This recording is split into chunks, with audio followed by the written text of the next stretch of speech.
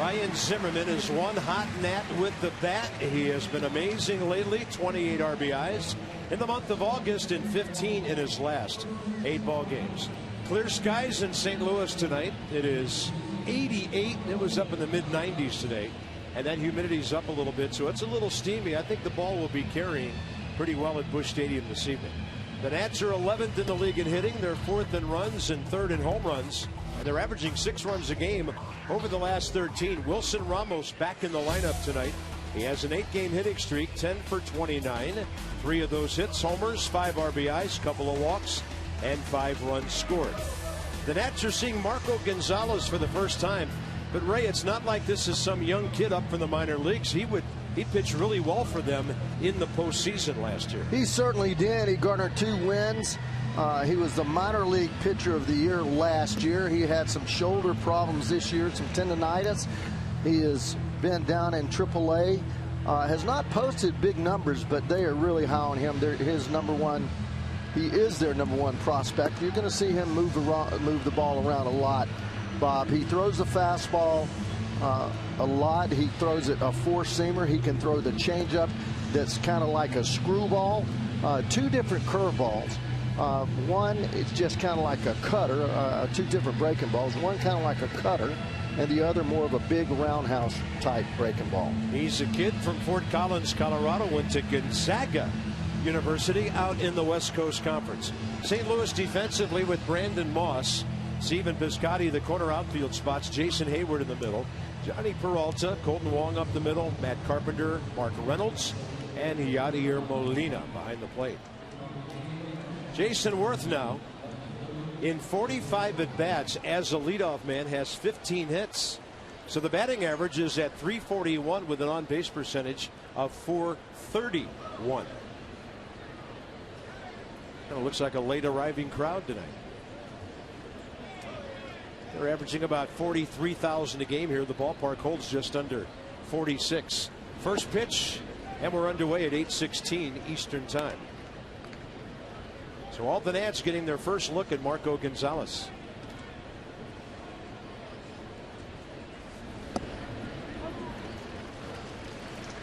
"32-year veteran behind the plate. That's the crew chief, John Hirschbeck. John Tumpain, James Hoy, Bill Welke on the bases.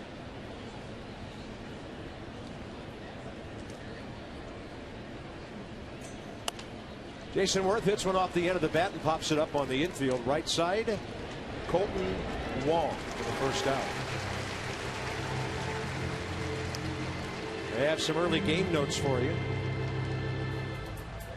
The Nats, after August, 72 wins after August since 2011. That's the most in Major League Baseball.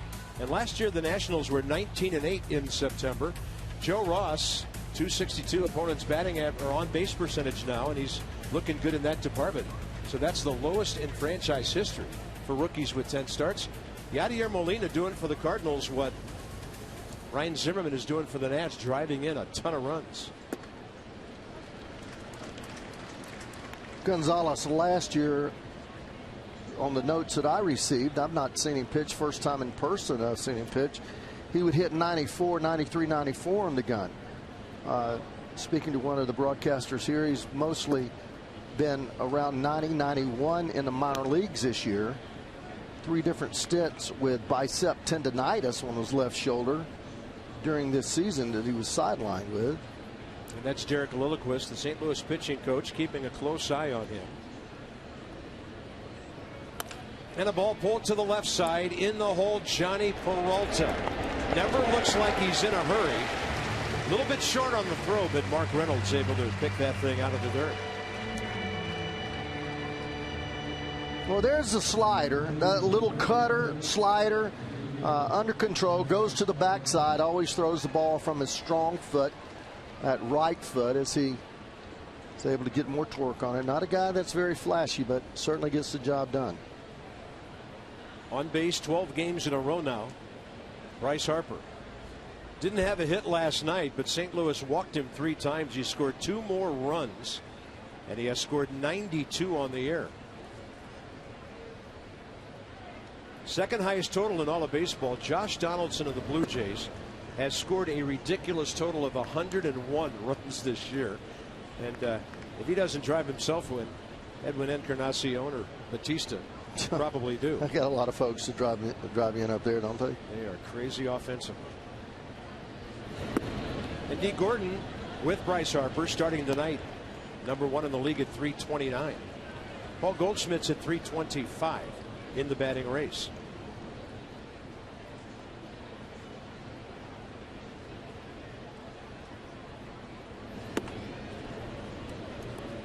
By the way, in New York tonight, it's Aaron Harang and Jonathan Neese. And the Phillies dropped a 5 spot on the Mets in the 3rd inning. So that ball game now in the top of the 5th. 5-0 Philly. They're not messing with Bryce Harper a whole lot in this series, are they? Can't really blame him, can you? Although the man behind him swinging one of the hottest bats in all of baseball.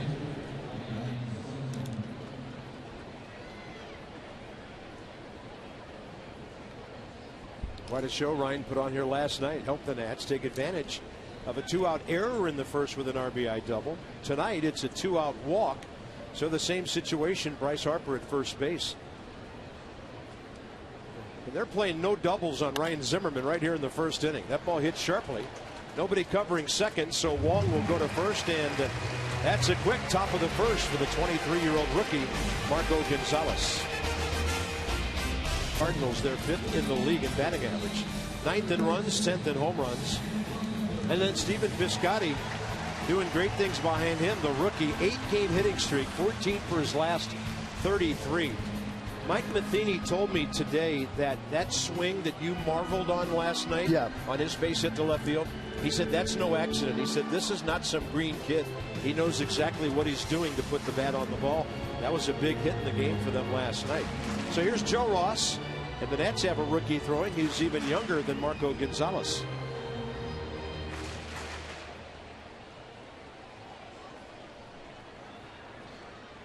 .56% fastball is a slider, and then the changeup.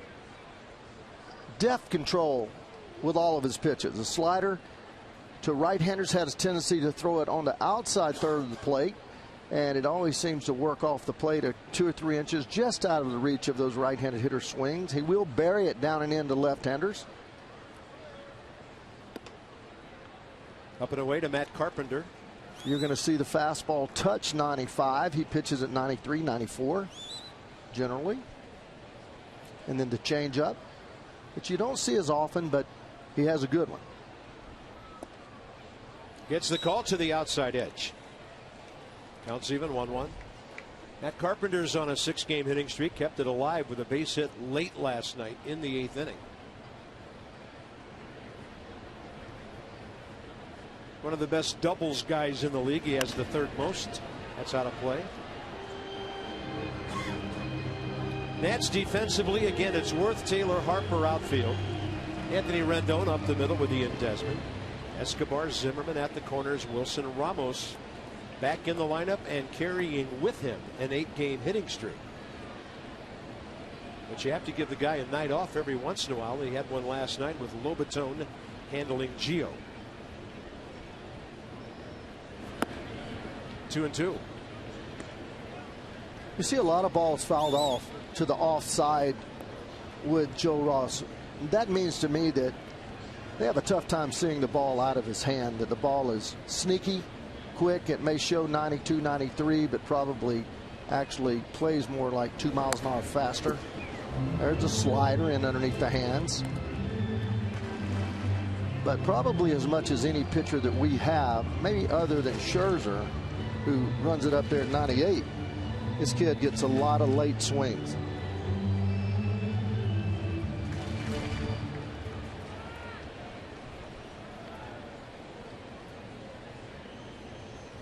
Carpenter's on base percentage is about 100 points higher than his batting average. 262, 361. Low and inside, ball 3.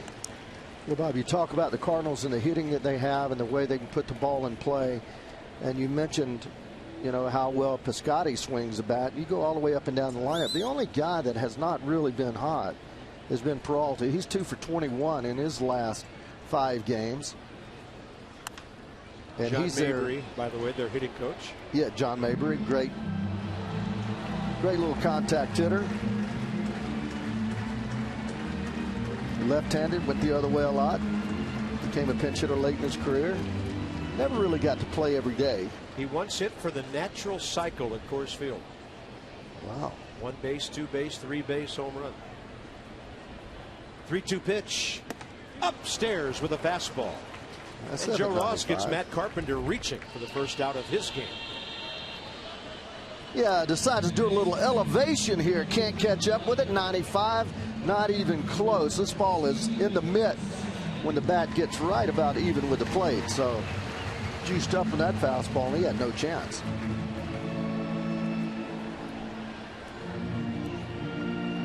So here's Stephen Piscotty.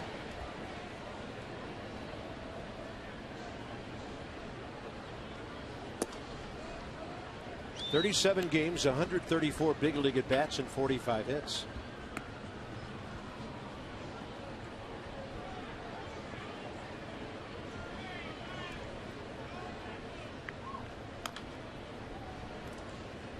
And there's that changeup. Took a little bit off and had the right-handed hitter well out ahead. And by the way, before the game gets on too long, a little belated birthday wish. Frank Robinson turned 80 years young yesterday.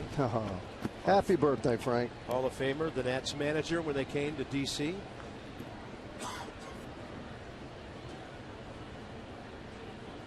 Up the middle. That's off of Ross, and the Nats get a break if Ross isn't hurt, as it goes right to Anthony Rendon on a 1-4-3. So Wilson Ramos is going to trot out there, and looks like Steve McCaddy is beyond the top step of the dugout. He doesn't. Joe might have just waved him off. Yeah, he and his brother Tyson both, they have that air about them, a toughness. They strong-willed young men. Real speed. Looks like a slider. Yeah. I don't know, it looked like it may have got him off of his thigh, or might have touched his glove a little bit, but hit him pretty solidly to get out there at second base that hard. I know that. Here's Johnny Peralta with 2 outs.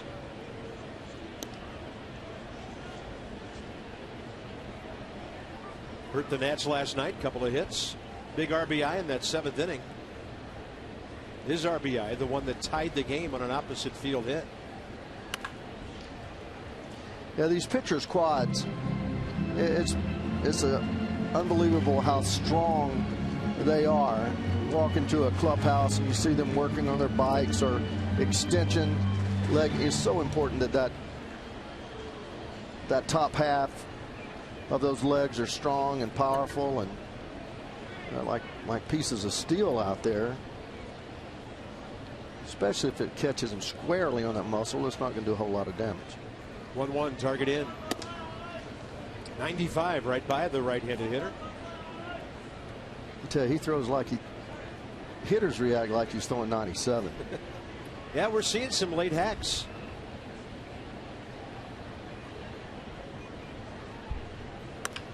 Out over the plate a bit and hit to the right side for Rendon. And a nice 1-2-3 inning as Ross takes a line drive, turns it into an out, and it's no score early in St. Louis.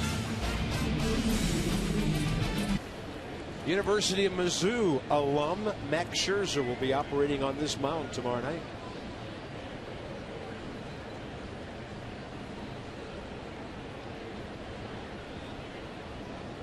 It's about 120 miles to the west of here, halfway to Kansas City, right in the middle of the Show Me State.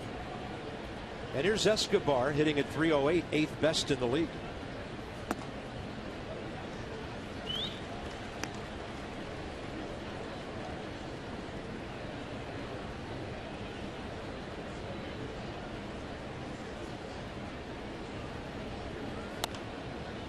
He was on the attack with that swing. Escobar 1 for 4 last night, opposite field single in the 6th. Hanging in there this year with 133 hits. Probably still has some swelling in that hand. And he strokes this one down the right field line, but it's out of play. Set changeup, 82 miles an hour changeup. Fastball clocking in 89 to 92 right now. We saw one breaking ball, didn't get a chance to see what the speed on it was. Marco Gonzalez, first inning, 11 pitches, 5 strikes. Escobar reaches out, hits the ball really hard. Colton Wong to his right. And a reminder, as you enjoy a cold one, look forward to Miller Time later in tonight's game, brought to you by Miller Lite.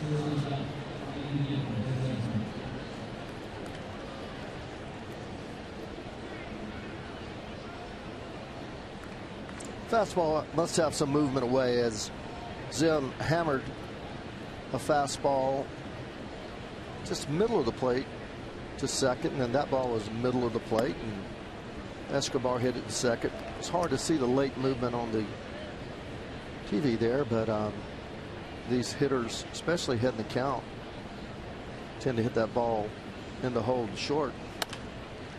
And Ian Desmond off the end of his bat out of play. Yeah, you can see the late run on that fastball there. Starts somewhere around the middle, outside third of the plate, and almost has a corkscrew look to it as a hitter.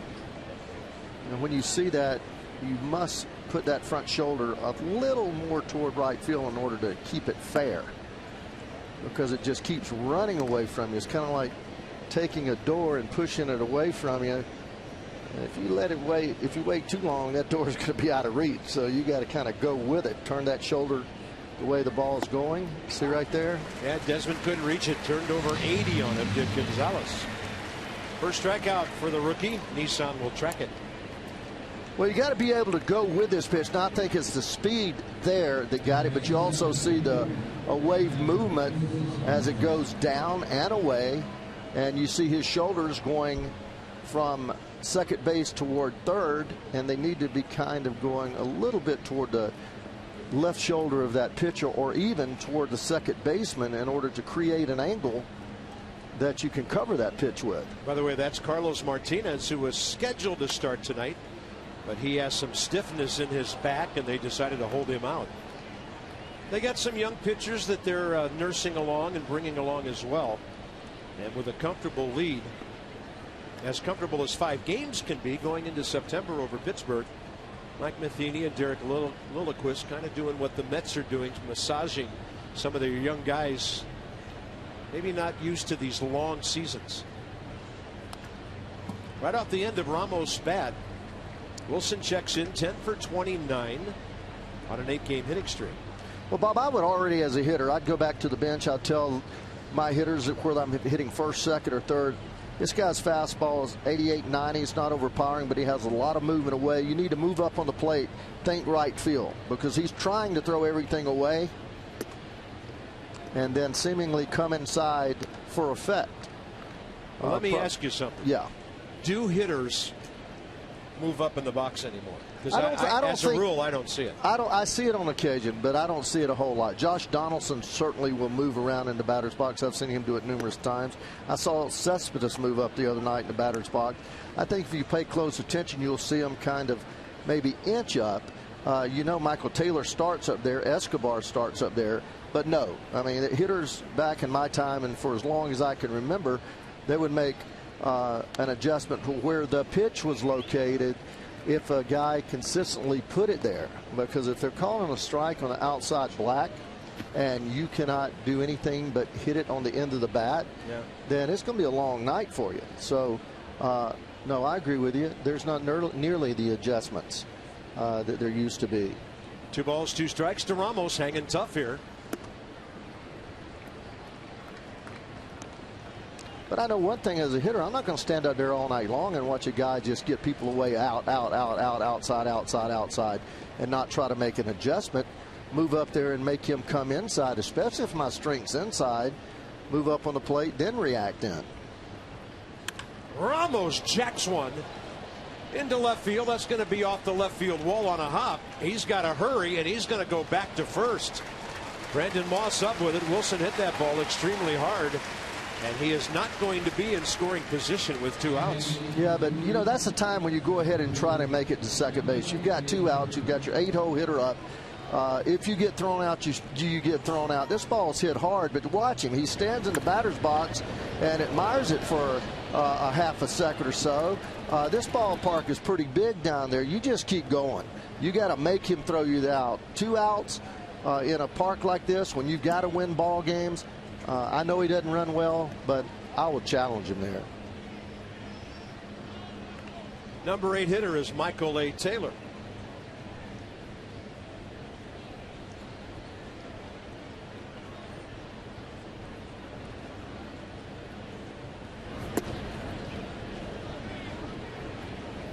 Michael steps in at 240. 13 home runs, 55 RBIs. Mark Reynolds working the seed bag over there at first base.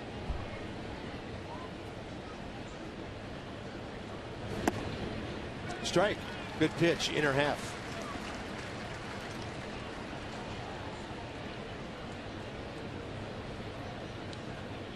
Major league record of 4-2 for Marcos Gonzalez. He's made 5 starts previous to tonight. 10 appearances overall. And Taylor with a tapper to Peralta. And Joe Ross will have to lead off the top of the third. Nats got their first base hit. They've now stranded 2. 10-year anniversary of Ryan Zimmerman making his big league debut. Got called up on September 1st, 2005 at just 20 years old. Got into a game his first day in the big leagues. And I talked to Ryan about that day earlier today. He said it's pretty amazing that it's been 10 years. It certainly doesn't feel that.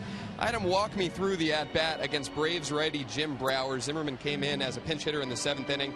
Worked the count to 3-0. He said, of course, I took a strike there, fouled the pitch off, and then ended up striking out. He got his hit the very next day at home against the Phillies, a double off Vicente Padilla. We'll have footage of that for you tomorrow, the 10-year anniversary of that first hit. And it was pretty cool. I mentioned to Zim, congratulations on the 10 years, and a couple other guys near him in the clubhouse heard it, and they said, oh yeah, 10 years in the show? They're congratulating him, giving some handshakes. So 10 years in the big leagues for Ryan Zimmerman. Now 30 years old, guys. Crazy. Yeah, he'll be 31 in 27 days. And by the way, Ryan, that year, he started the season as the Virginia third baseman. He played 4 games at Single-A Savannah, 63 at Double-A Harrisburg, called up September 1st, hit .397 in 20 games at the age of 20, and we knew he was never going back. That's our Coons.com sideline report. When you're talking cars, you're talking Coons. Well done, Dan. And here's Jason Hayward, bottom of the 2nd. From college to the big leagues in about 4 months. Yeah, folks, and that's an unbelievable accomplishment. Just the pressure, all that you have to deal with. That ball hammered to center, and right there is Michael A. Taylor off the bat of Jason Hayward, who's had some good ABs. Not a whole lot of folks can do that. You know, Bob Horner was in college and came out of college, as does he, and he gets right to the big leagues. But David Clyde came out of high school. He hurt his arm. But it takes as much as you have to have physical ability. It's much more what's between those ears that keeps a guy here. Bryce is a great example. So strong mentally, blessed with great talent, but also blessed with something between the ears. Fastball up and in to Yadier Molina. He's been driving in a lot of runs lately. He's on a 3-game hitting streak. Actually 4 games now. 6 for his last 17. And sitting at 59 RBIs.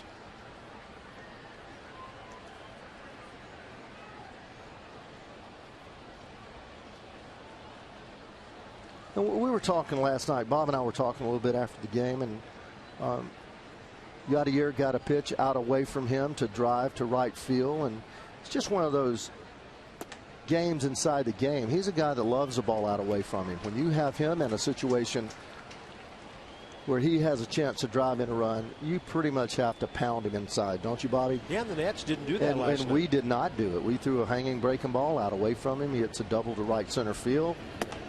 Now there's a good pitch, but it did miss. And 4 in a row, so Joe Ross couldn't get the so-called automatic one in there. So let's see what Mercedes-Benz thinks about this 3-0. That ball's right there in the corner of the strike zone. Could have gone either way. Looks like we're looking at a little bit of low ball favoritism tonight with home plate umpire. Well, John Hirschbeck goes back 32 years. He's oh my gosh, one of the senior guys in big league baseball. So, I mean, you're talking about an umpire who was umping in the early 80s. And I know a couple of years ago that strike zone is supposed to be the same for everybody, but you can't take a guy who's a 30-year veteran. He's just going to pretty much call his own zone. And that's one of the unique things about baseball. Different umpires have different strike zones, and pitchers and hitters know it. One of the first umpires, though, that was really honest about the calls that he made. Tell you a little story real quick in a moment. 0-1 to Colton Wong, and he's a guy who really jams the plate. 1987, I'm playing with Baltimore. We're in Cleveland. John Hirschbeck is umpiring. Tom Candiotti's pitching. Knuckleball. 3-0 count. He throws me a fastball. I thought about neck high, and he called it a strike. And I just put my foot, scuffed to the ground, and I said, John, wasn't that ball a little high? And he says, yeah, it was. I missed that one. Wow. And from that point on, I had great respect for him. A lot of people thinks his strike zone jumps around, you know, the situation that he got in with Robbie Alomar, but he's always been very upfront with the people that I know. And anyway. And now the question that everybody's dying to ask, how'd the at-bat turn out? I'm going to say I doubled. Okay. Okay. You're going to say you doubled. Yeah, I'm going to say I doubled. That was an interesting play there a moment ago.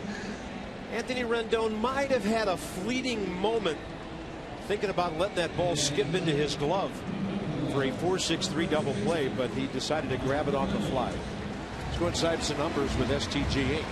Now, Joe Ross sees the Cardinals for the first time, but against the Central, he has started 5 of his previous 11 games against teams from that really talented division. He's done well. And, of course, the highlight of that being the game at Milwaukee on June 13th, when he went 8, gave up 2 runs on 7 hits, got his first big league win.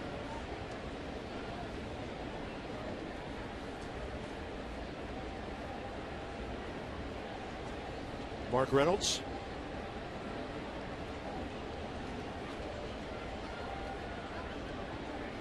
And the Mets game is getting too interesting for us. It was 5-0 Phillies, then it was 5-1, then it was 5-2, actually 6-1, and then 6-2, and now it's 6-4, and they got a long way to go.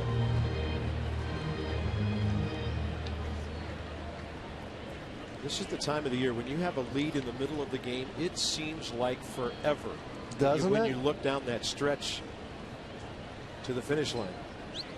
Last night, a good example of that for the Nats here. 2-0 pitch. It's right off the end of Mark Reynolds' bat. Boy, he has had some kind of journeyman's career now, Mark Reynolds.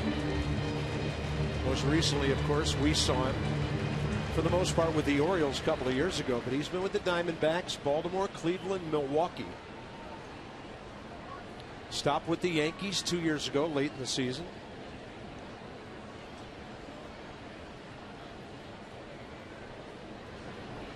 Two-one. And I know Kids Showcase Baseball is really big in Virginia. Back in 2000, there was a Virginia Showcase team that had Mark Reynolds, Ryan Zimmerman, B.J. Upton, Justin Upton, and David Wright. Now, did they lose any games? I hope not. Melvin Upton now, but he was B.J. back then, we think. 3-1 pitch, and another walk by Joe Ross, who simply doesn't walk people. Only 11 in 67 innings coming in.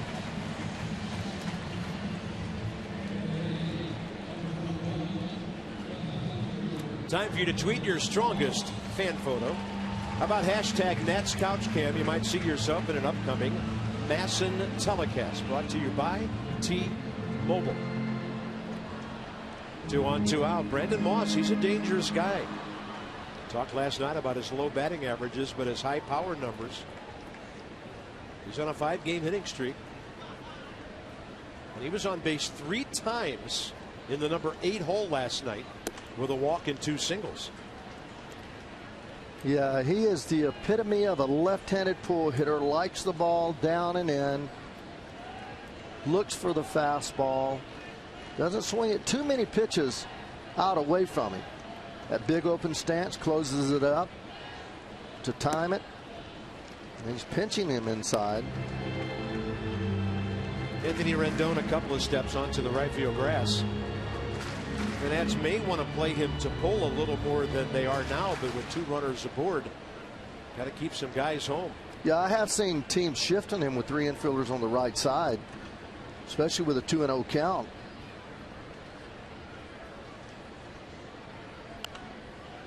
See how late?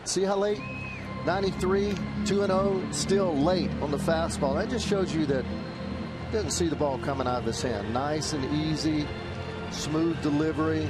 That ball jumps on you.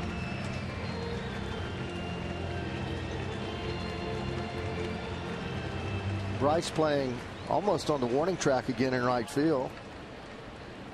Pretty much everybody else straight away in normal depth. And he's just missing. He's not missing much. He walked 2 of the pitches were borderline pitches that he walked the hitters on. With the hitter next here, with the pitcher next, even though they say he swings the bat pretty well, this is a pitch that you just do not give in on. You try to make a perfect pitch. If it's not there, don't worry about it. Got in on his hands there. See again, once again, just 94, ahead in the count, 3-1. As a hitter, you're thinking one thing. I'm getting the barrel out front, which means I'm starting early, and see how late he is. The ball is by him as he starts his swing. Gets it ready, sets the front down early. The front foot is down early. He just can't get the bat there because the ball's exploding on him right at the end. 2 runners will be in motion. Molina at second, Reynolds at first. Strike 3 call. Inning over. Oh, pulled the string on him. Moss, an aggressive hitter, up there looking for a base on balls, and he could not pull the trigger. That's a beauty. Kind of summer event. May of 2010. That's Felipe Lopez, a former Nat. Drew Storen, big league debut. He hits Ryan Ludwig. He strikes out Matt Holliday. And Drew Storen, then wearing number 58. Helped through that by the presence of the great Pudge Rodriguez. A pat on the back and a smile from Drew.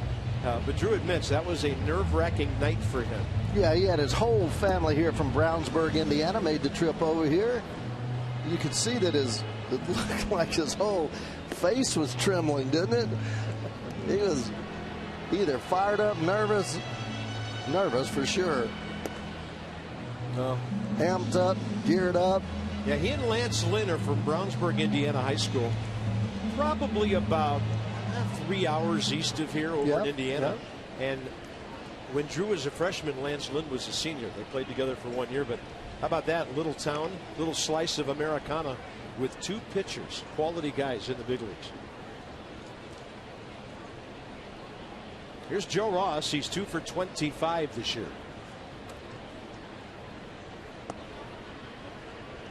31st pitch, 20th strike by Marco Gonzalez.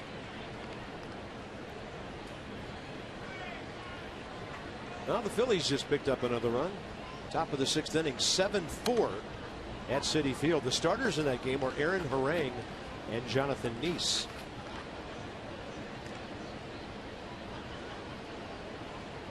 Yeah, I like 5.5. I like the sound 5.5. Well, then you have Max Scherzer going tomorrow night. And then I like 4.5. Scherzer and Michael Wacha. What a great matchup. I did a little research. You know, you're talking about Michael Wacha and being in consideration for the Cy Young. Certainly he's going to get some votes, but he has 157 innings. You got Greinke up there at 170, 80 innings. Greinke right there with strikeouts. Wacha 15th with strikeouts. You know, so he just doesn't quite measure up. Now that 15-4 record, that's a knock. Joe Ross drops one into right center. That 15-4 record, second winning percentage and earned run average is actually 9th in the league. So he is having a phenomenal year, but there's just some guys putting up numbers that are out of this world, really. So the Nats go 2 for 8 first time around with a base on balls to Harper. And major league hit number 3. Tries to throw a fastball in, and he stays inside it. Gets the pitch up a little bit, which is built-in elevation, and he just drops it into right center field for a nice, easy knock. Here's Jason Worth, who popped one to the right side first time. Talked to Jason today. He said he feels so good at the plate. Finally, where he hoped to feel coming out of spring training, shoulder tender, but now he feels as good as he can feel. Feels like he's seeing the ball to go both ways. And if you look at his numbers over the last 15-20 games, they are pretty impressive. You talked about it earlier, his on-base percentage, and yeah, over 430 last 45 at bats. He's hit 11 of 15. He's reached base 14 out of the last 15. Count of 1 ball and 2 strikes. So the Nats, first team to put a leadoff man on tonight.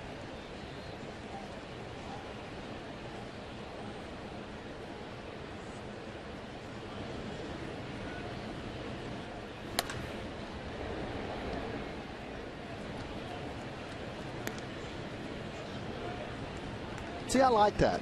I like that. Running fastball away, 1-2 count. He's thrown all those running fastballs away, but he covered that pitch. He didn't hit it fair, but in his mind, he thought it might be a strike, so he spoils it to get to a better pitch. That is what makes you a clutch, big league professional hitter. And a guy who sees about, on the average, 4.5 pitches per at bat, like Jason Worth does. And you watch him as he fights off these pitches. You know, he's up there and he's a warrior. I mean, it is, boys and girls at home, and any baseball player, softball player, whatever it is, you know, every one of these at bats is a battle. And you go up there, you put your nose in there, and that's what happens. You fight off those tough pitches, and they'll eventually make you a mistake. But don't give in just because you're 0-2, 1-2. You know, get mean, get tough in there. Be a tough out. Move up on the plate. Choke up. Shorten up your swing. Do whatever you have to do. Look at that. That's not a pretty swing. Yeah, that's a lot like the Piscotty base hit swing we saw last night. Great stuff from Jason Worth, who's now 16 for his last 47. 2 on, nobody out. Anthony Rendon. Here's where Anthony needs to start doing some damage. He had a 1-for-4 night with a base on balls last night. Now, as a hitter, unfortunate base running situation in the 9th inning. As a hitter here, you know, what is the pitcher looking for? A ground ball, right? So he's going to nice job, nice idea, great idea to bunt right there, to get a run early, get a couple of runs early, maybe get Bryce up there. Probably going to pitch around Bryce, have the bases loaded for Zim. But this is what you're thinking as a hitter. The guy out there on the mound, he is thinking double play. So he's going to most probably try to throw you a pitch that he can get a ground ball on. That's going to be a changeup or a sinker. So what you do is you have to force him to give you a pitch up that you can drive to the outfield. You want to keep the ball off the ground, so don't chase down. And that's a fastball running to the inner half. Borderline. Top of the strike zone. Inside corner or inside part. Yeah. See it right up in that quadrant. Very tough pitch to swing at. Now, if you're a hitter, you think he's going to dump a changeup down and away and try to get a ground ball? Well, as a hitter here, I am now going to I'm in protective mode. I'm just trying to make contact. If it goes on the ground, it just has to go on the ground. You know, when you're starting the at bat, okay, here's a situation. I know I can't hit a ground ball, but you don't want to strike out. You want to battle. You're aware that he has a changeup, but you just try to make contact and hope that if you hit a ground ball, it gets through the infield. So it changes pitch to pitch to pitch, but now he's got to go to battle. And Molina made a bit of an attempt to frame that, but it was outside 2-2. This all started with Joe Ross, the pitcher, getting a base hit.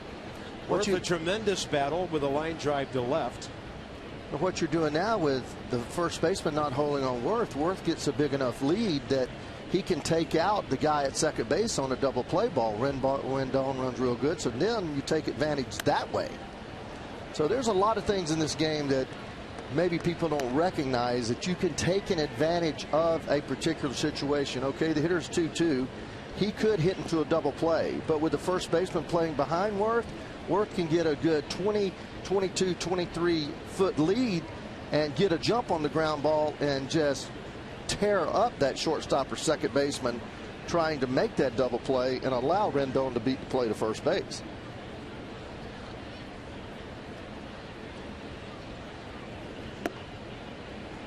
Well, now he's putting pressure on Marco Gonzalez.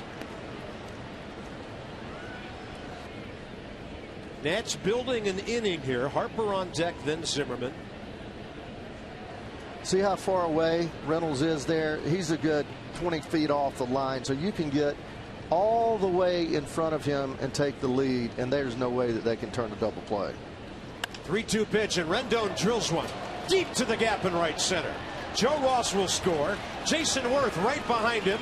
Bob Henley waves him home. The throw to the plate is late, and on that throw, standing up, Anthony Rendon is on third base. 2-0 Nationals, and Rendon's RBI total jumps up to 16. I love this game, Bob. I'm telling you. Great at bat, great execution, great preparation to an at bat. Jason Worth doing what he needed to do. He also is allowed to score from first base because he has such a big lead. Look at him there. He is so far off of first base that he's allowed to score because now he doesn't have to run 270 feet. He runs about 200 feet. Gets in there safely. There's a way to play, a heads-up way to play, and look at Rendon, same way. Sees the play go to home, just scampers into third. Great execution all the way around. Lefty-lefty matchup for Bryce Harper, looking for RBI number 78. The Cardinals play the infield in early. Bob, did that go as a double, or did they? That's a double, third on the throw. Double, okay.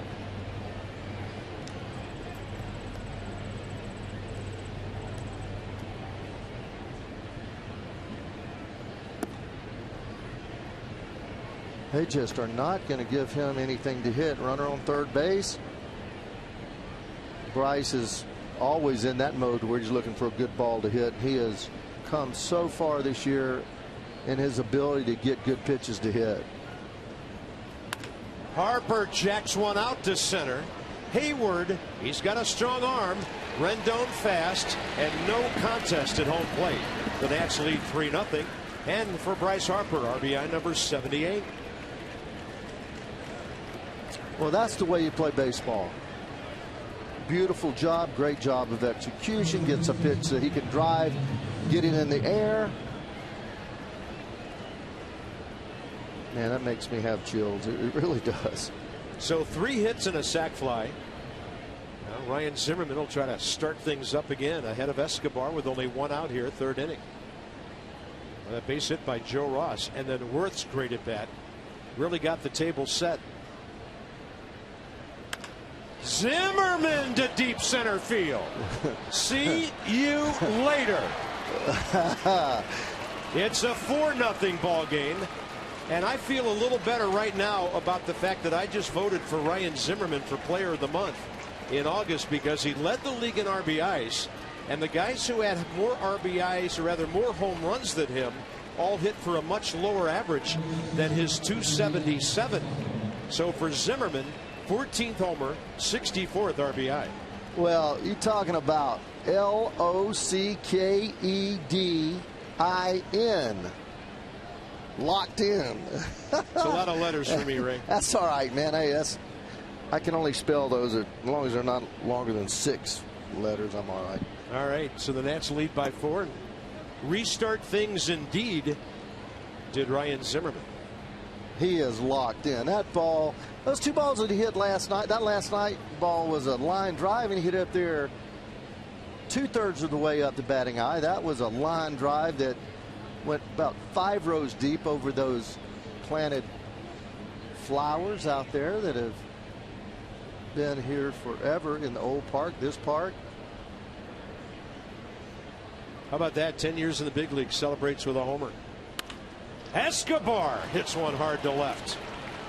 There is nothing at all soft about these Nationals hits.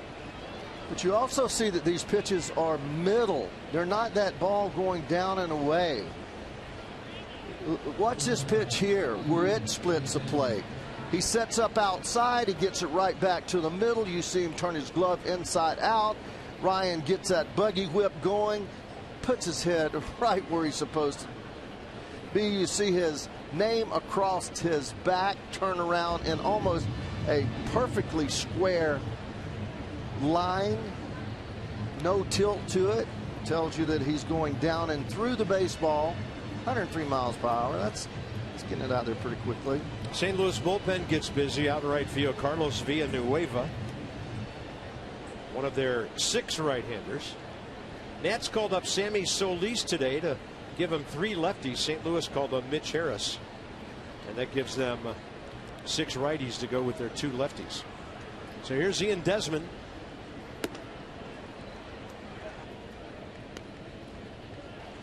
Offense rolling pretty good, Bob. 5 runs last night, 4 already tonight. You know, starting to swing the bats consistently, really, over the last 5, 6, 7 games, hitting balls hard. Yeah, and now the Nats have 4 tonight. Previous 13 ball games in which they won 8, averaging right at 6 runs per game. Here's Joe Ross, who got this all started with his 3rd big league hit. 2-0 to Desmond, and he was all systems go. Yeah, that's where he, I'm not going to say anything negative about it, but he gets a 2-0 pitch, and instead of hitting it out there 10 rows deep, it seems like he wants to hit it. What's the next town from here? East St. Louis, across the river. East St. Louis. Bouncing ball right side. Desmond's going to have to hurry, and he will beat the relay of Johnny Peralta. So Escobar winning to second base. Peralta not able to complete the double play. And Wilson Ramos will be the 8th Nat to bat in the inning.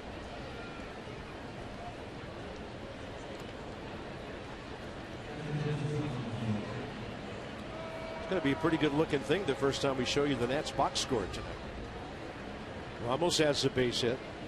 First hit of the game, giving him a 9-game hitting streak.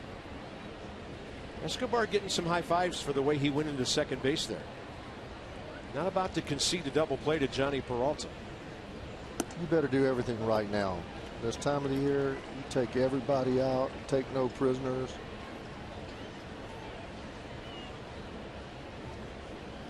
And by the way, the Phillies have gone crazy. They now lead the Mets 11-4 at Citi Field.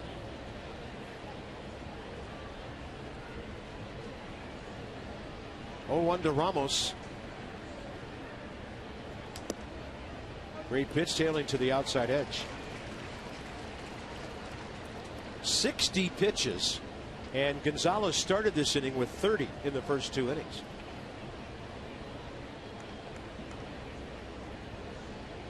A lot of strikes, but as Ray noted, too many of them over the heart of the plate.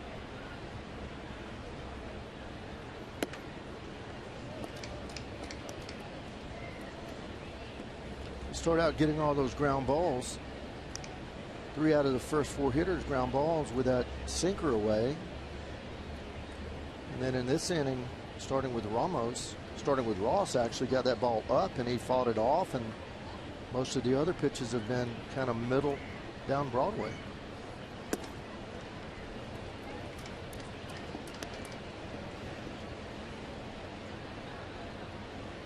Yeah, the one hopper off the left field wall for a base hit last time was definitely in the hot zone.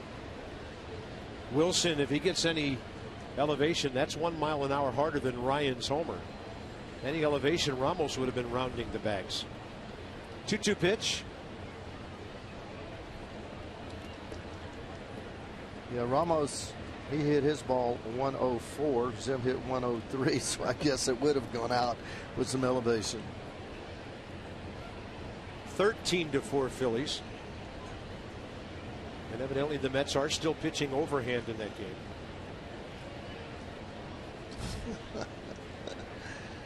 2-2 pitch with 2 outs. Ramos takes a healthy hack.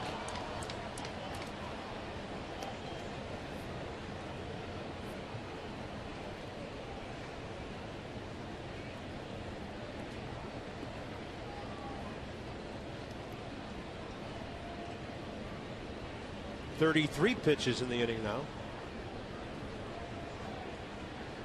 And with a hot hitter in there, may not be over just yet.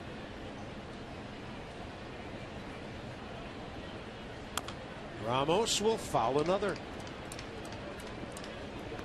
It's only the second slow curve that he's thrown.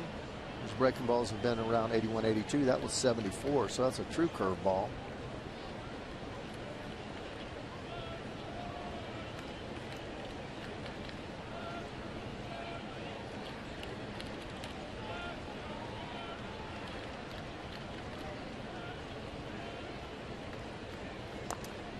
And a check swing to stay alive.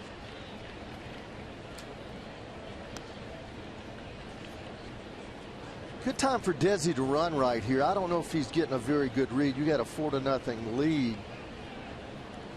And I don't know how important it is for Desi to go that 20-20, but you know that he needs to steal, what, 7, 8 more bases, 9 more bases. Yeah, right now you got a hot hitter in the box, so don't take the bat out of his hands just yet.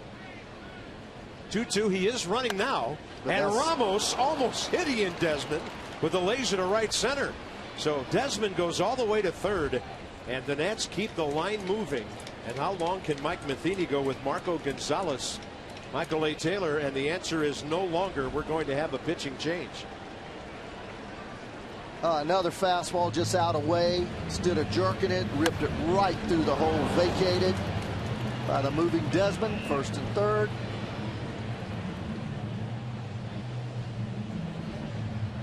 Some kind of inning for the Nationals here. 6 hits and this call to the bullpen, packaged by the UPS store. Your one-stop shop for all your mail service needs. Let us handle your mailbox service needs and your small business needs. We love logistics. Ryan Zimmerman hit one straight away last night, hit one straight away tonight. And this baby was a laser to the seats. Hit that about 410.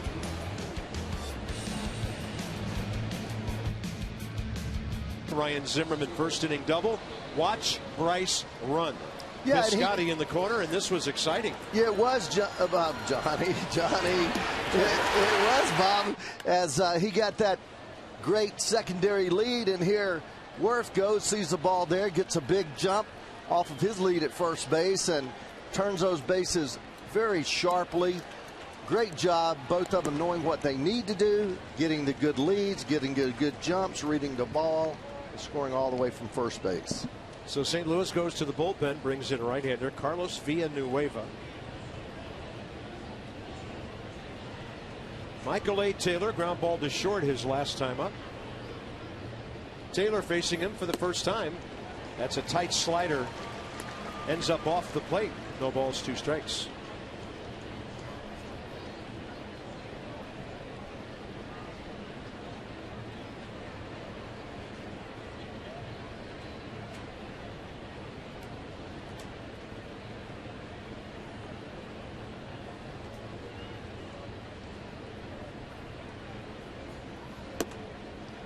IDs that slider.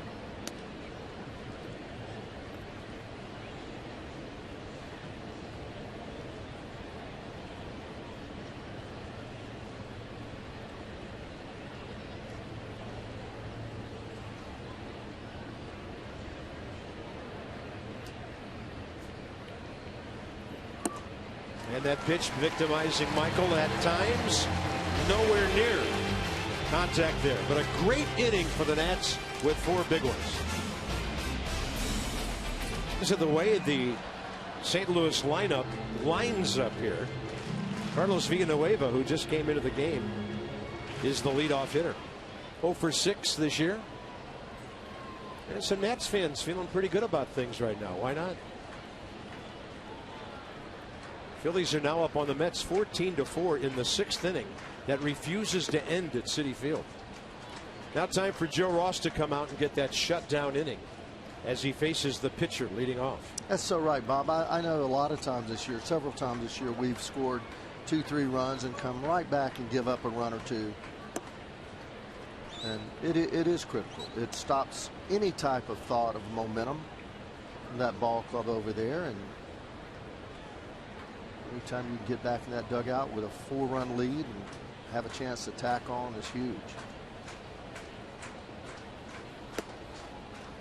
Got a high strike there, and it was a moving fastball that looked like it was in the zone at 92.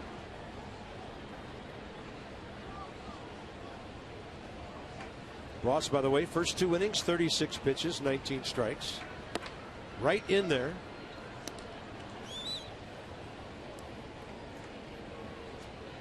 Carlos Villanueva career 11 hits and 114 at bats. Couple of shakes. He wanted to throw the opposing pitcher a slider, and it was a good one. Third strikeout for Joe. Top of the order now for St. Louis. He said, if I throw him this fastball, he might foul it off. If I throw him this slider, he's got no chance. So $37 more to the Washington area. Children's Inn at the National Institutes of Health, thanks to our Toyota dealers with Toyota, Case for Kids. First at bat of the game for St. Louis, Matt Carpenter struck out on a fastball that was up and out of the zone on a 3-2 pitch. Seems to be wanting to pitch Matt Carpenter away based upon his first at bat. Out there again, slider. He's been pulling the ball more and hitting for power this year, but it's been at the expense of some of his batting average numbers. .293 career hitter, but he's around .260 right now.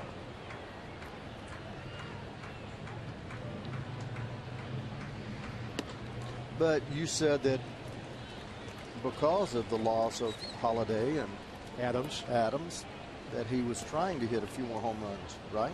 Yeah, and Mike Matheny pretty much said he was okay with that, but don't be a 200 hitter swinging from the heels. Matt Carpenter, last year 33 doubles. The year before, when he had that amazing 2013, he had 55 two-baggers. 3-1 pitch. Low in the zone, strike 2.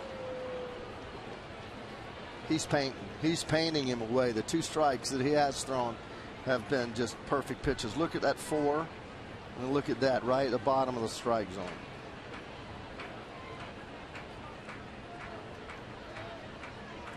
And he goes breaking ball and leaves it outside. 4-run lead and a 3-2 slider.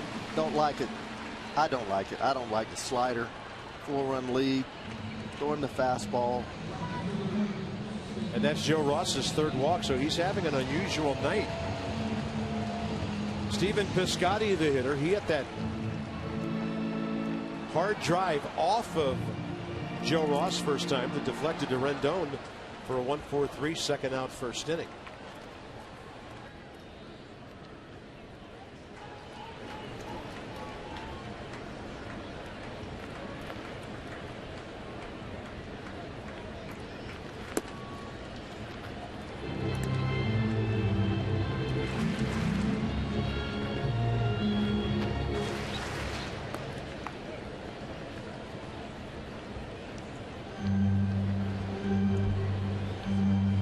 And maybe Steve McCaddy with that 3-2 slider in mind, and now he's behind the next hitter, wants to make a quick visit to the mound.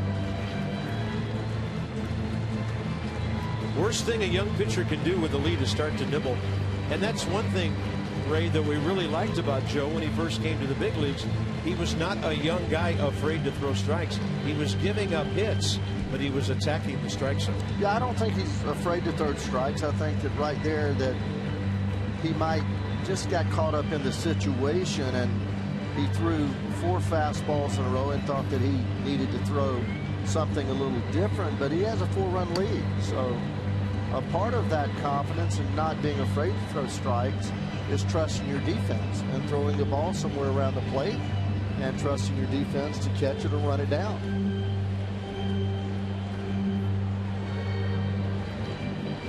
He's throwing the ball well, but he's laboring a little more than he has in the past. I mean, in his last 2 outings, he only threw 11 pitches per inning in that last outing. 12 pitches in that last outing against San Diego and 11 against the outing against Milwaukee. So after the pitching coach visits, a good fastball to the outer half. 1 ball, 1 strike. Yeah, I imagine Cat can get your attention, don't you? He's a funny man. And a 1-1. Piscotty started. Didn't look like he went. And John Tumpane at first base confirms that. Ball 2.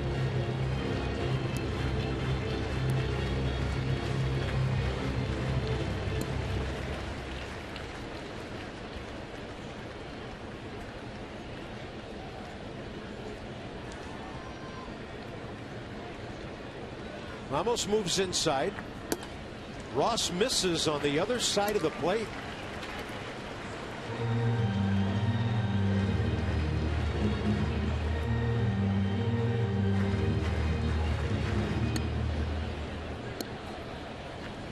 Good RBI man next in Johnny Peralta, who's driven in 59.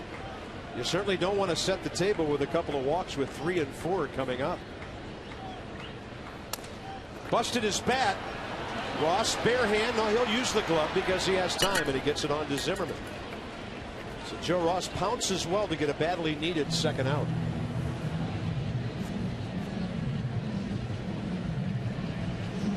Next up, Johnny Peralta. Decides to throw the fastball, work it inside, and got all in his kitchen.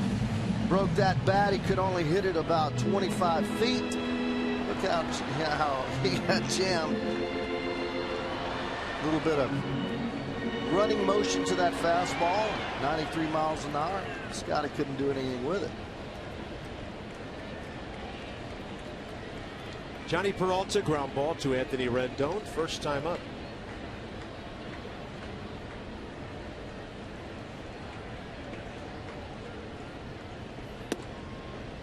Now you can look back, and we sit here, ground ball out, you know, you can sit back and break this game down. And that's a huge pitch right there that he made in Piscotty.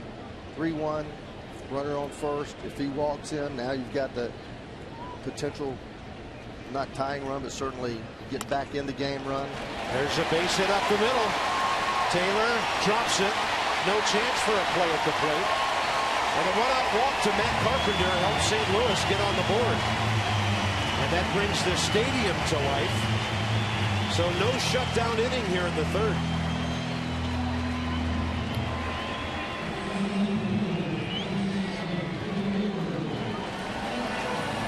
Next up, Jason Hayward.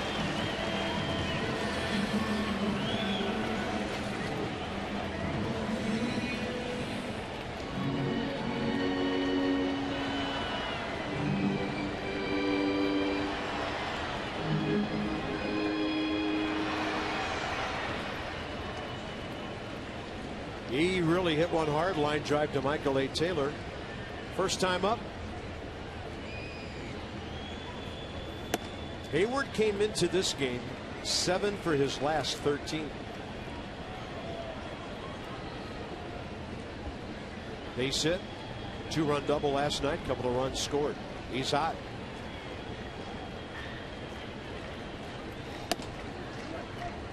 Strike call on the inside edge. Joe Russ might have gotten some running action on that. Yeah, that ball just almost like a cutter. He just got right on top of this fastball. Four-seamer, got on top of it, and ball sailed a little bit. Yeah, you're right. It was definitely coming into the right-handed or left-handed batter. That one way inside, 2-1.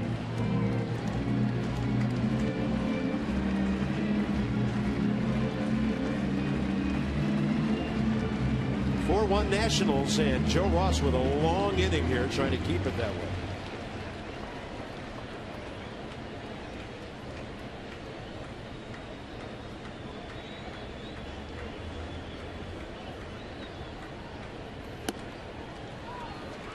He's lost his rhythm.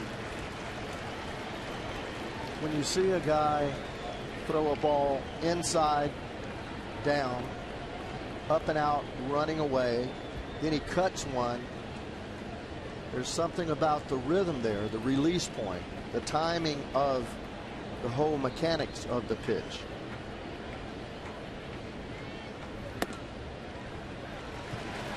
Two walks and a hit in the inning. And now Yadier Molina. Let's have a look at that last one. Pretty good pitch right here, right at the top of the strike zone. It does nick that line. I've always wondered if you nick the line, is it a strike? I would think it is if that's a part of the strike zone. All you have to do is touch it. Joe Ross, one other game this year when he walked 4, and that was a rough outing at Dodger Stadium. About 3 weeks ago when he only went 4 2/3, gave up 5 runs on 6 hits. He walked 4, struck out 1, and wasn't around long. He's got to make some pitches now to Yadier Molina, who, as we mentioned last night, loves to go the other way to drive in his runs. Ramos sets up outside, and the slider misses way out there.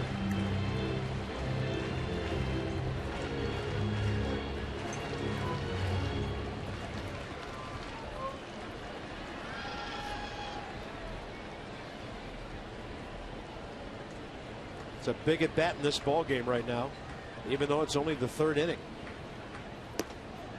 And he just can't get over the top of things right now. Now you ask, is this physical or is it mental? I personally believe it becomes a mental thing, because you can't throw a strike.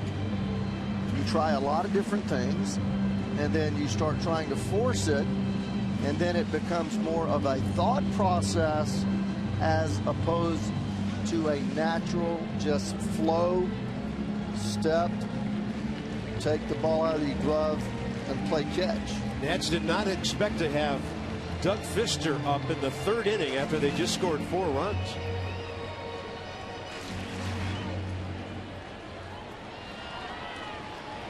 He's behind a hitter, and this is dangerous at 2-0.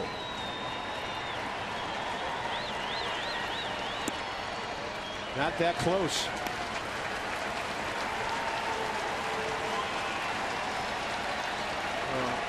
I don't think you can give him a whole lot of rope in a ball game that's this critical.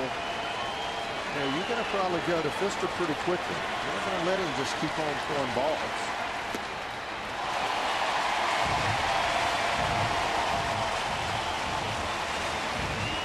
Well, we've never seen Joe have a game like this.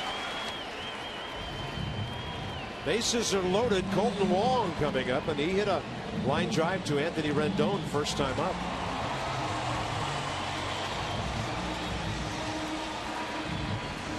Colton Wong is a guy who will surprise you with his power. Well, this is what drives managers crazy and pitching coaches crazy, because stuff gets people out, but when you can't throw strikes, there's not a whole lot anybody can do about it. Can't catch it.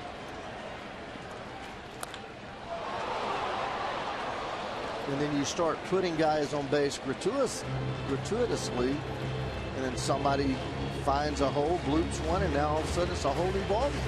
There's not been any damage. One base hit in this inning. All this has come by just walking people. And that's something he doesn't do.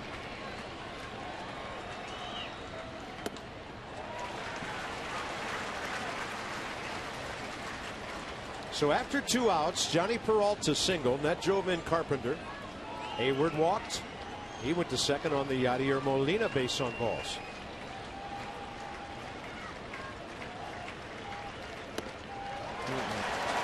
Never seen him miss by this much on this many pitches. I felt it 8-10 pitches ago. It just started the ball wandering all over the place. And of course, I'm not good enough at recognizing what a pitcher's doing to identify what might be happening.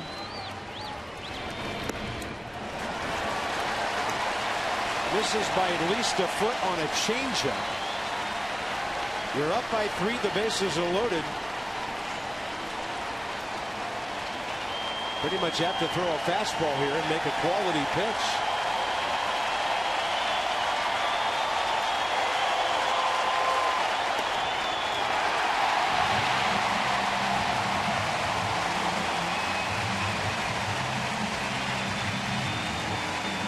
Matt Williams has to go get Joe Ross, who can't get out of the third inning after being handed a 4-run lead. So neither starter makes it 3 tonight. A rough night for rookies in a loud ballpark. And Doug Fister is going to have to come in and calm everything down.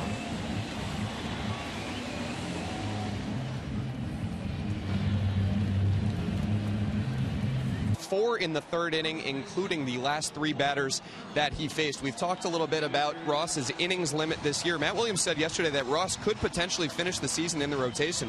If he's still pitching well and feeling good, the key sign there, Matt said, would be fatigue.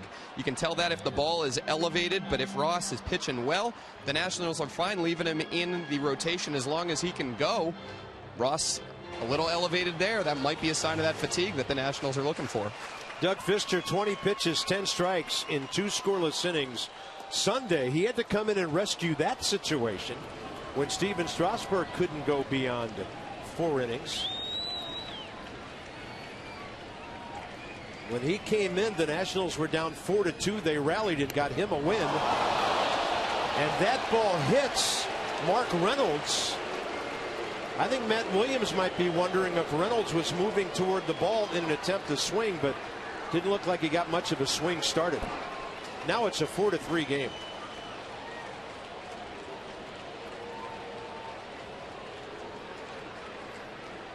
Well, the ball's definitely on the plate, isn't it? Is he starting to swing? But no matter, it hit him on the elbow, so. Well, if you're swinging and the ball hits you, it's a swing. But Matt, he came up to the top step of the dugout. He never committed the swing. Yeah, he was self-defense there. Wow. By the way, the Nats have given up 1 hit in this game.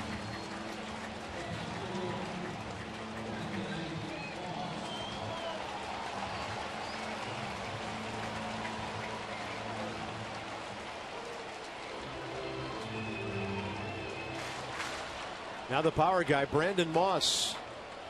Seems like there's been 2 outs for a 15 or 20 minutes here, and that's a strike as Doug gets ahead. Brandon Moss' career against Fister, 4 for 6. That's a great pitch. Whoa, 74 diving. Yeah, he did get a call. We had a call there, I believe. Let's check it. Looks like it might be a little down, a little outside, definitely off the plate. We got a call. Thank you. Wow, it looked like Moss thought about putting his sleeve out for that one.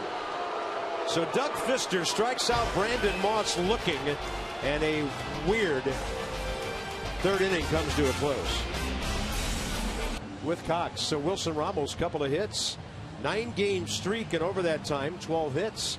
Ryan Zimmerman, he has started September the way he finished August. And Joe Ross walked 6 guys after having a 4-0 lead. Beautiful stroke, right central. Drives in 2.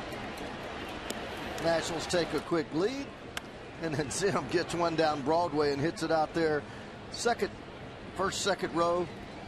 Couple of bullets tonight, several bullets over the last week or 2. Joe Ross threw 68 pitches, 29 were strikes. Time to get the offense all started over. And here's the odd scenario of the night. 2 relief pitchers come in early in the game, and they both end up leading off the next inning.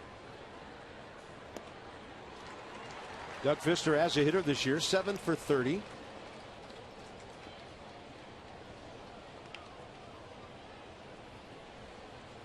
The Nats still have the lead, and the Phillies still lead the Mets by 9.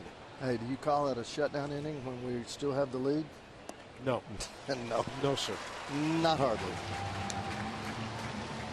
Villanueva now struck out both batters he's faced. Top of the order word. This is an interesting stat. Scoring from first base on doubles. Nats have done it 36 times, including last night with Bryce and tonight with Anthony Rendon, sending Jason Worth home. It's a stat I had never seen before, as STG brings us some interesting numbers. Most of the time when you're talking about those, you're talking about teams that go first to third on singles as really good running ball clubs. And Worth hits one hard to right, but it's right at Stephen Piscotty. Well, Jason's hit the ball well twice tonight, one for three. And here's Rendon. Don't forget about that extended Labor Day weekend at home with the Nats. For games against the Braves and Mets, September 3 through 9, no added fees on tickets. Visit nationals.com/stay to purchase.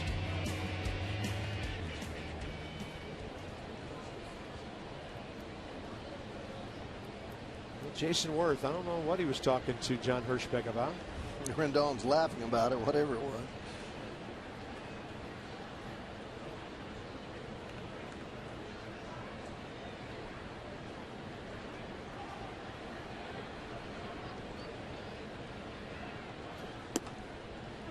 Villanueva now comes out, retires 3 in a row. And he has a strike on Anthony Rendon.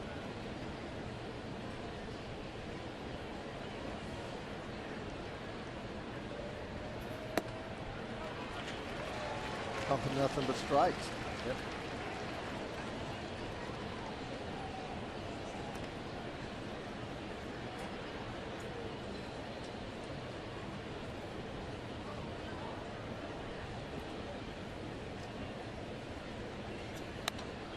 And Rendon with a big time hack right there.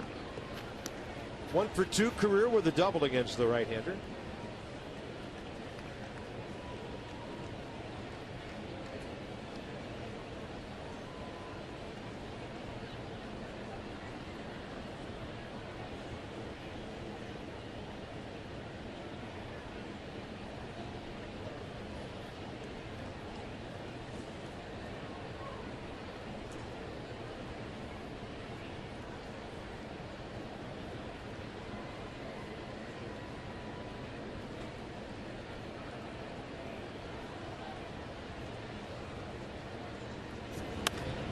And that's off the end of the bat, a high pop fly to right.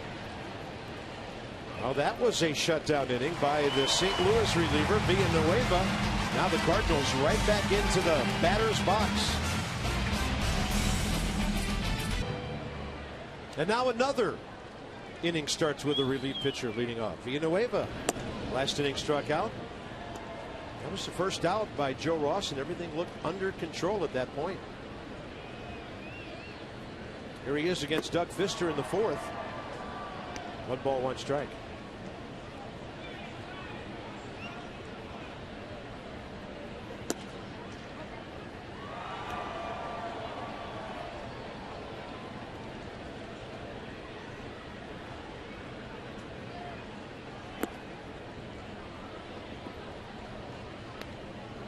I kind of go back to Ross when he threw that 3-2 slider to Carpenter, walk him in that 3rd inning. It just seemed that everything went haywire from that point on. Yeah.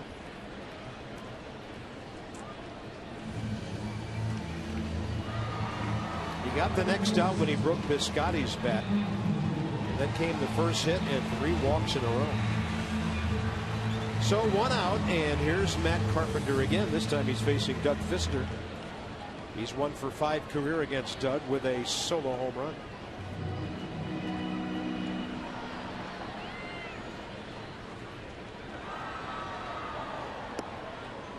Yeah, you get that pitch over, Dougie, it could be a good night for us. That's what he missed when he was not throwing consistently, is he getting that curveball over, that soft curveball over. Very difficult to hit. There's a changeup.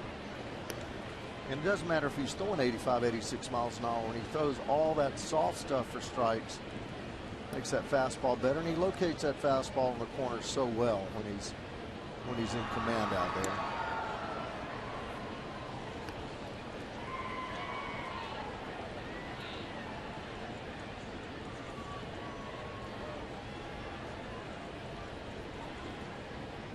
And a 1-2 pitch. He paints the inside edge. And now Matt Carpenter's unhappy. Brandon Moss last inning. And the Cardinals are having some issues with John Hirschbeck's strike zone. Mike Matheny coming out in case he has to protect his leadoff hitter. Mercedes-Benz will track it. Let's see. Well, you know, some guys just want to argue. This pitch is a strike. That's and this is a pitch. strike by a whole ball.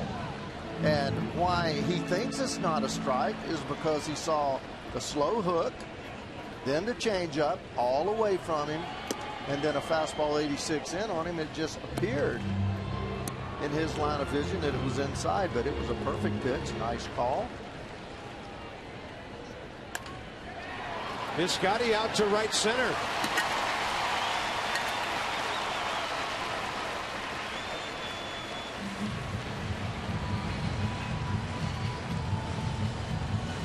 Young man keeps on hacking.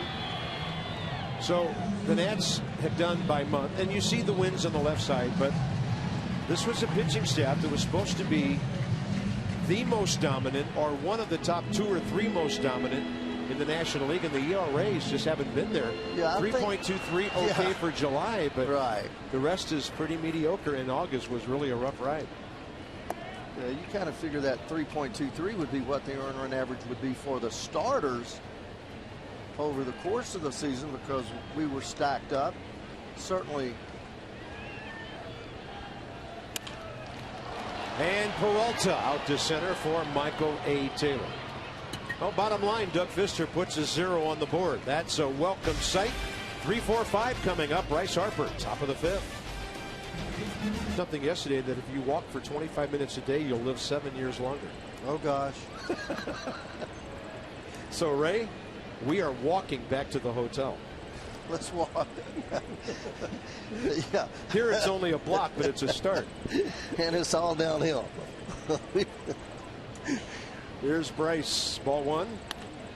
And a laser right field corner. Piscotty over to cut it off. You know Bryce is thinking too. And he will motor into second base with his 63rd extra base hit of the year. And for Bryce Harper, double number 31. Boy, he has a quick stroke. He sets that thing and throws the hands. Stays a little upright as he finishes his stroke. Just beautiful, isn't that? Backside, that classical L. And then bat flies through that strike zone. All right, here comes you know who.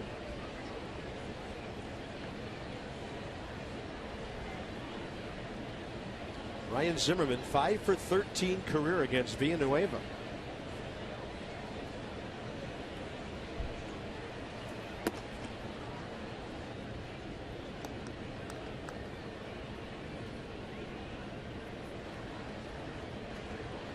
They could not be playing Ryan any more straight away.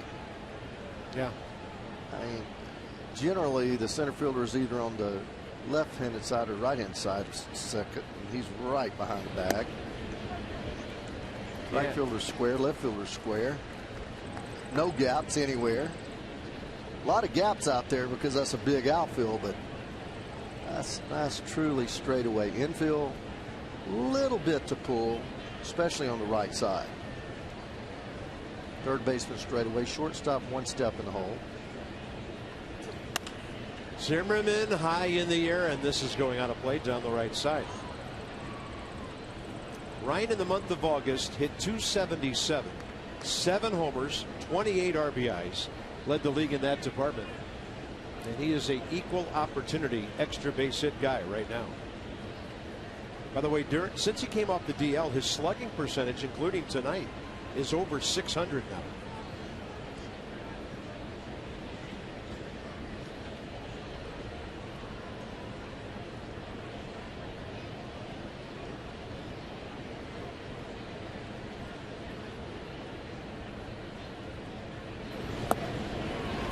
Slider blown away, nasty pitch. So that's the first out here, 5th inning. Let's go inside the numbers. Now look at these totals from the American League. Josh Donaldson and Edwin Encarnacion of the Blue Jays combined for 70. Then Ryan, then the young twin and the older Padre, rounding out the top 5. 70 RBIs for teammates. Well, those guys are putting out about 20 guys on base every night in that Toronto ball club, so had a lot of opportunities to drive runs in. Heck, Encarnacion drove in 9 in one night. Man, those guys are driving like a Jeep. So that was an interesting number, and some of you folks who were at the ballpark on Tuesday, April 21st, remember Yunel Escobar in the bottom of the 10th inning walking off the Cardinals with a home run against Villanueva. Ryan Zimmerman had just hit a laser to center on which John Jay made a fantastic play to rob him of a double, maybe a triple. And then Escobar came up and hit it out of the park and sent everybody home 2-1. Escobar career against him, 2 for 5 with 2 RBIs. It's a rolling breaking ball that comes in there.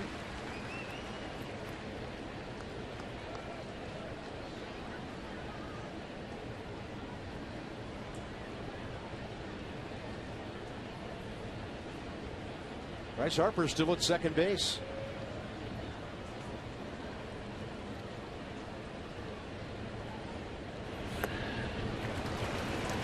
The ball had some dive on it. Escobar saw it kind of center cut, thought he could get it. And now he's got a battle with an 0-2 count. He had a base hit last time after the Zimmerman home run.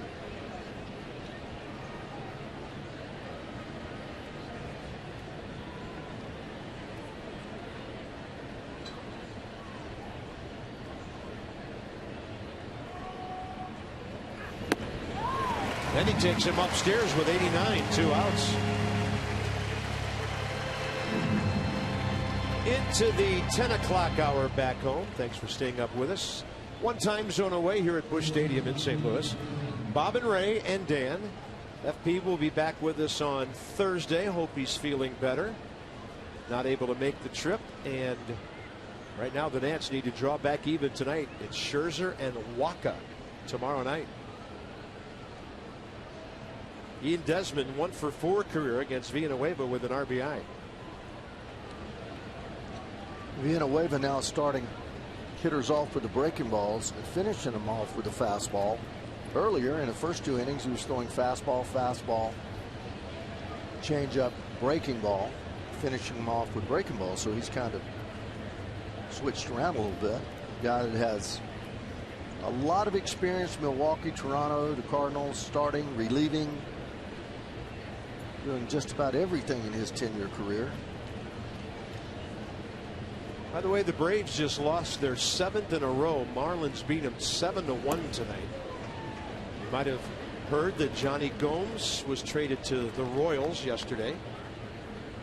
So the Nats are going to be facing a struggling and probably pretty angry Atlanta ball club by Thursday. They are scuffling.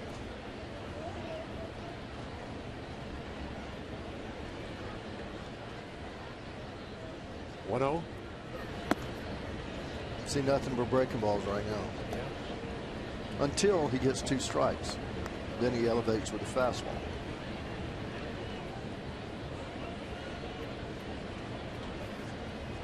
Three innings, the most he's gone this year. 3 and a tick on 2 different occasions.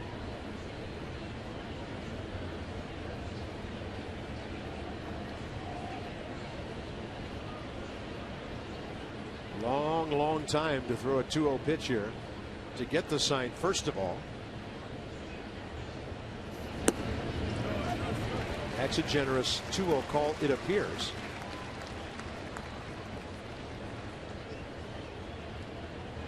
How generous? Yeah, just outside, but Hirschbeck on the inside corner, kind of peering over the catcher.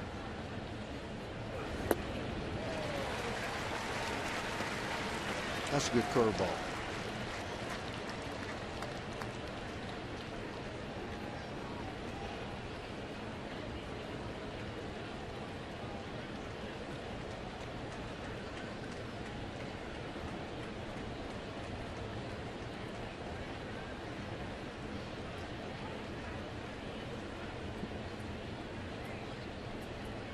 Two-two pitch. Another slider popped up. Colton Wong under it. The Nats had a runner at second base, nobody out. Bryce Harper never went farther. 4-3 it remains. Bottom of the fifth inning, and Doug Fister back to work.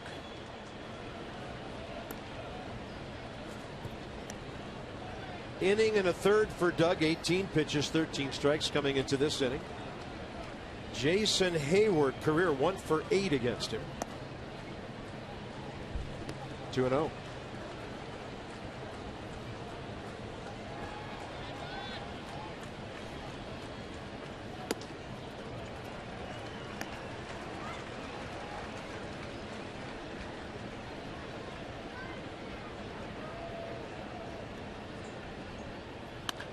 Hayward pumping on 3-0. Over into foul ground, and Ian Desmond is there. Thank you very much. Yes, sir. Come on to the ballpark Saturday. Nats and the Braves, it'll be game 3 of that series. First 20,000 fans receive Nationals earbuds presented by T-Mobile. 202-675-NATS or visit nationals.com.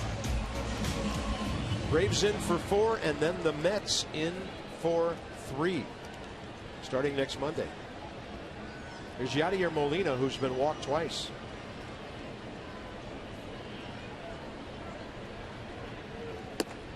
Doug Fister right to the outer edge with a good pitch. Right over top, too. Right downhill, right over top with his fastball, curveball, changeup, all from the same spot. Looks like he's got a little more bounce to him tonight. A little faster rhythm. You know how he likes to work quickly, but he started to slow down a little bit when he got into a little bit of trouble. Now good rhythm. Not a bad 0-2 pitch. I've seen pitches higher than that called a strike, I think. Yeah, it's been an interesting evening in that regard. And Molina drives one to right. Hitter knew it was going foul way before anybody else did. He slowed down halfway to first. He may be the best breaking ball hitter in the league. He's in the top 5. And it's just because he waits and goes that way. He does not get fooled on breaking balls. Watch how nicely he stays back. I mean, he just does not get ahead of himself. Content going that way. It looks like he's just looking to just serve that way. Gets jammed on that one, and it's popped up to Anthony Rendon. That's where, as Ray mentioned, you can get Molina, get him in on the hands. So that's 2 outs. What a matchup tomorrow night. Max Scherzer and Michael Wacha. Same time here at Busch Stadium tomorrow night. Then you're looking at all 4 games of the Atlanta series, 3 night games and a 1:30. Nats take the field on Sunday. After that, the Mets for 3. Bottom of the 8th at New York. Phillies 14, New York 6. That's a fair ball. Bumped right over the bag by Colton Wong. Might be a play at second. Worth got to it. Rendon drops the tag. Safe. Well played by Jason Worth and Anthony Rendon.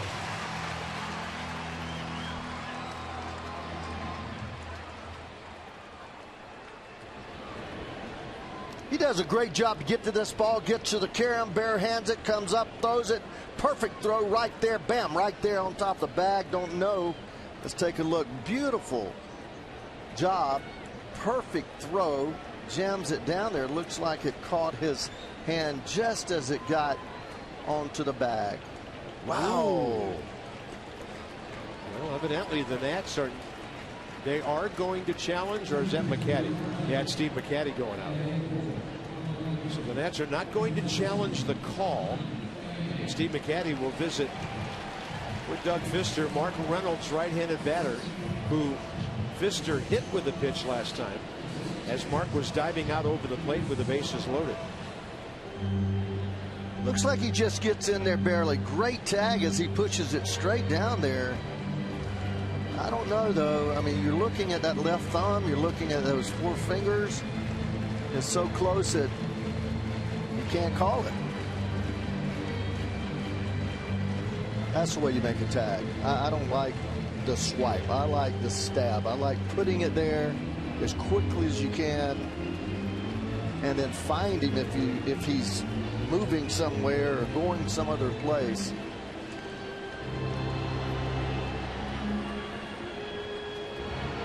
Mark Reynolds against Doug Fister, career 3 for 13. Oh, it's going to be Tommy Pham here for Mark Reynolds. Reynolds taking a shot off the hand, may be done for the night because of that. So that explains a little bit why Mac went out there, just to familiarize him with Pham, tell him what he probably already knows. This is what he's good at. This is what we want to do with him. Just going over to the hitter.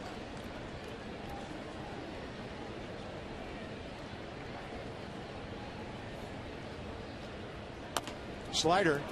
Good pitch by Doug. And he'll fire it to Zimmerman. Ryan just skips over into foul ground. And Doug Fister puts up another 0.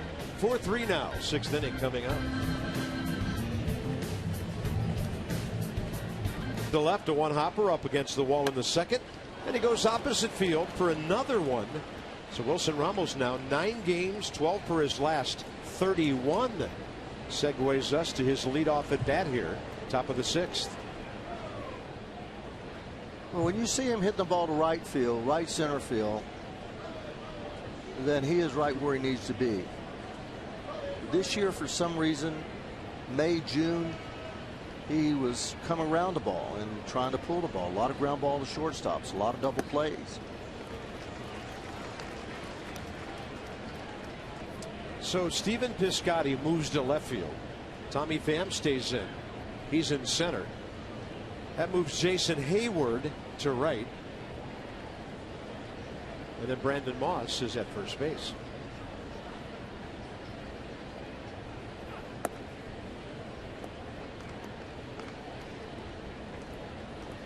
So 4 guys changing positions, with Pham coming in to the ball game and heading for center field.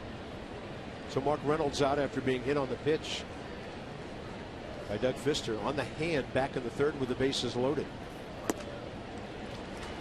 And Villanueva still puzzling the Nats with the breaking ball. 2 breaking balls. That, the slider, the other, the curve ball. Slider not quite as deep. The curve ball almost straight down. At least 11-7, 1-7.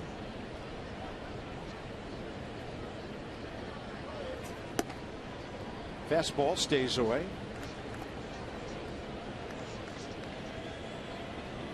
Best fastball has been 90.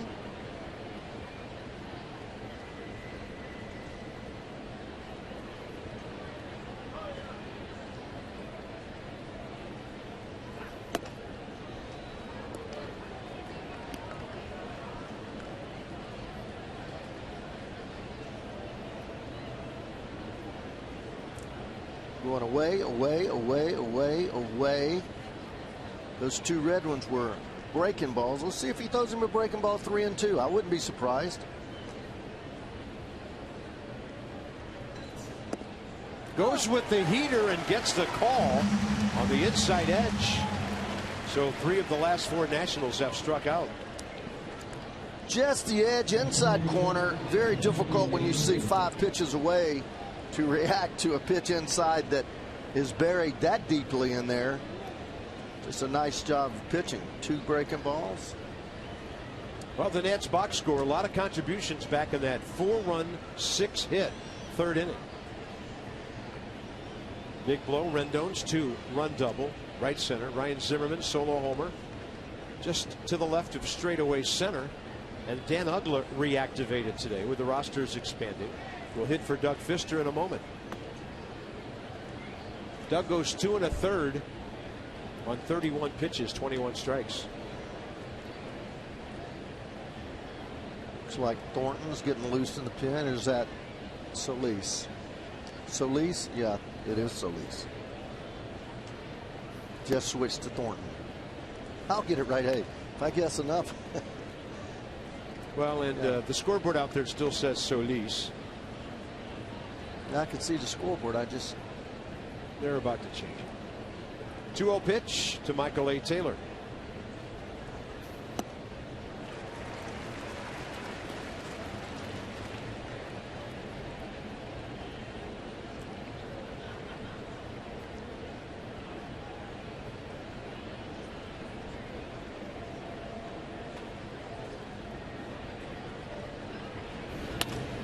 Taylor, a hot shot on one hop to Johnny Peralta, 2 outs. That'll bring in Dan Ugla for the Achiever and you, PNC Bank, with our minor league report. We're about to see Sammy. So 9 games at the AAA level, a couple of saves, good ERA, didn't get many hits off it, and he was 1-1 with the Nats in 10 ball games.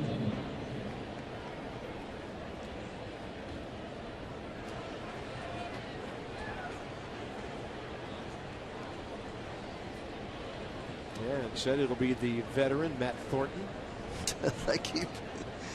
The Ford said one thing, but I can't see Matt Thornton warming up right now. So that is not correct.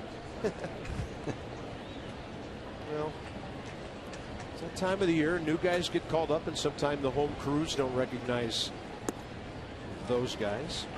So here's Dan Ugla, who has a pinch hitter this year, was 4 for 21 with an RBI.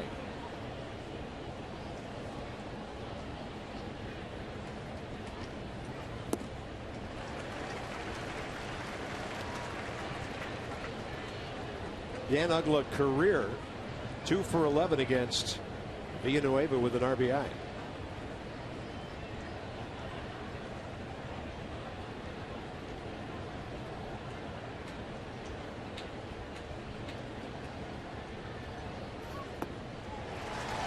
Now the Nats are striking out a lot. Villanueva closes out 3 1/3 of scoreless relief. Still 4-3.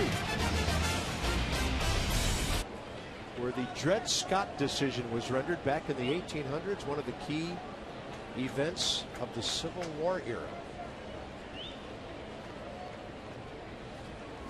Look at that. Here's Matt Thornton, bottom of the 6th. So the Nats turn it over to the lefty, the veteran guy here. And Brandon Moss is 1 for 2 against him with a base on balls.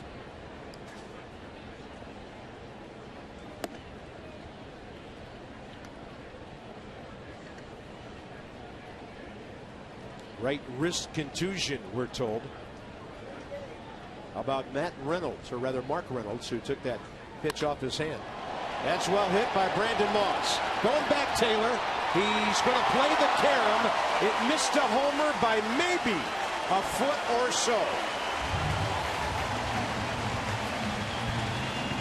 Lefty-lefty matchup, and Brandon Moss teed off.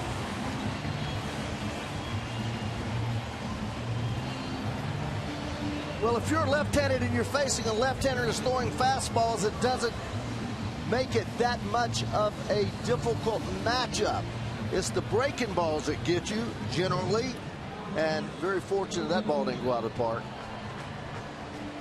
Just threw him a fastball out over, hit it right where it was pitched, and crushed it. Yeah, I think Moss thought he had his 3rd homer as a St. Louis hitter.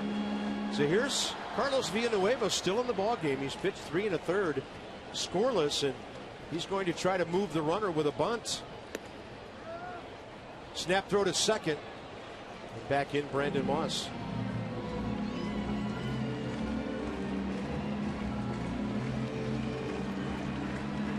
Moss, an average runner. This is where you've got to just figure they've got a bunt. No doubt about it. Ryan needs to just get on in here and get on in here tight as he can get. Actually starting, for me, too deep. He needs to be about probably 10 feet on the grass as opposed to going all the way back to even with first base. I mean, there's no reason for him to go all the way back there. This guy's not going to try to slap the ball by him, and he's got to get the runner over to third base, and Ryan needs to get in there as tight as he can get. It's a good bunt. Ramos to third, and the ball dropped by Escobar. It was a short hop throw. Everybody's safe.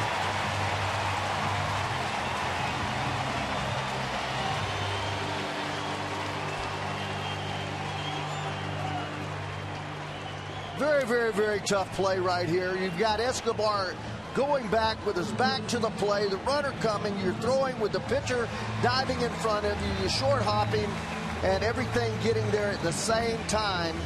And not that tough a pick as it was a short hop, but I think the runner bearing down on him made it that much more difficult. Yeah, and it is a tag play, not a force out.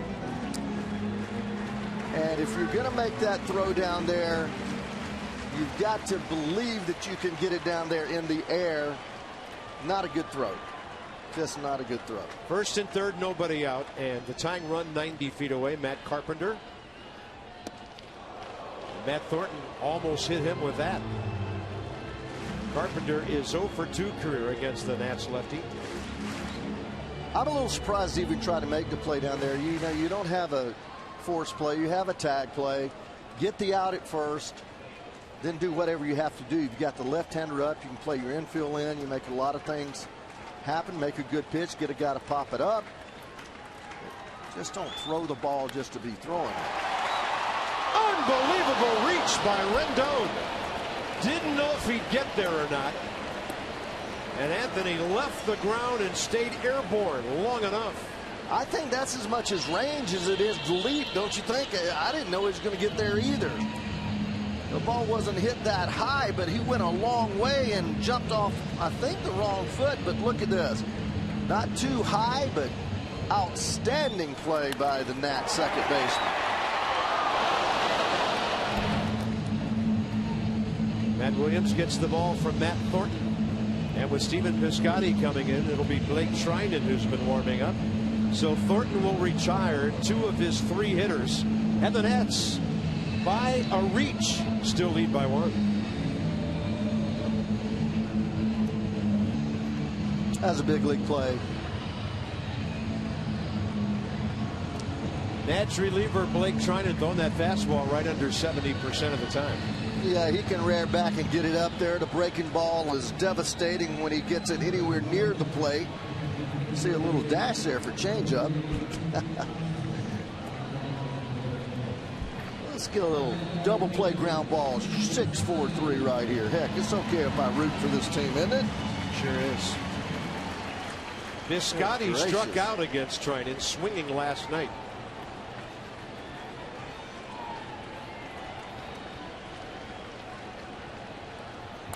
On the attack on a mid-90s fastball, strike 1. Pete Kozma is going to run for Villanueva now at first base.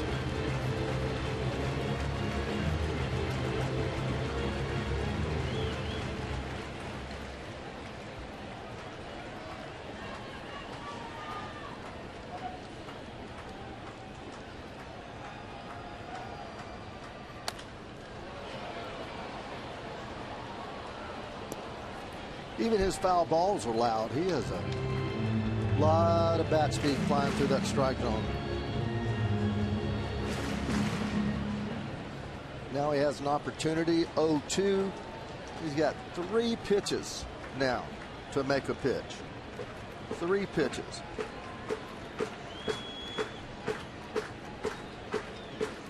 And with Ramos jumping inside, little tapper down the third baseline. A play at first, safe. The runner at third, Brandon Moss, stayed at third with the play right in front of him, and the bases are loaded with 1 out. That didn't hurt anything. Now you've got to play an any base, double play still in order. You don't get the out, but fortunately you get Zim coming off the bag. You know that Blake has had a tough time making those throws.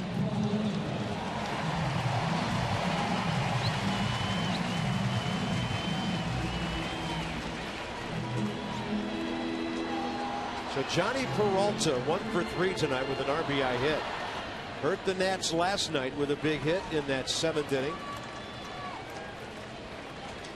I've never seen so many tappers, and everything has come really hard for us, as we were just discussing, partner. It just seems like no matter what the situation is, it's just tough.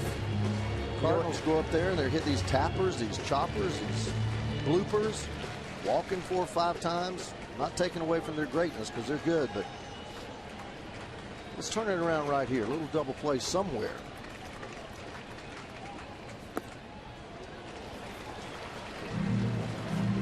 St. Louis box score. Peralta RBI single in the 3rd. Another RBI when Mark Reynolds, not in the game any longer, was hit by a pitch. 6 walks, 1 hit by pitch. That's a lot of putting runners out there.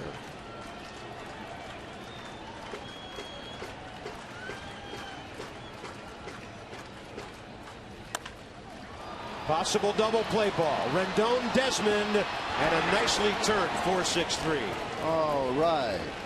Hey, root for double plays more I'm often. going to root, man.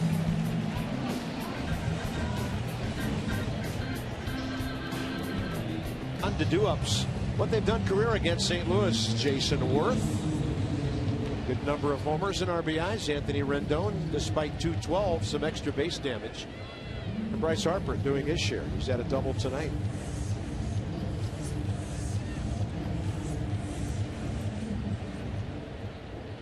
Seth Maness for St. Louis. 65th appearance. Right behind Segrist for the busiest on their staff.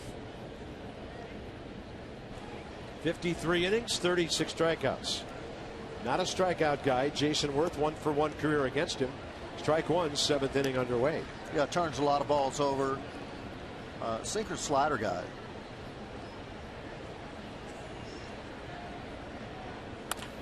Right up the middle, base hit. Nice Jason Worth, start. 2-for-4 again as the leadoff guy.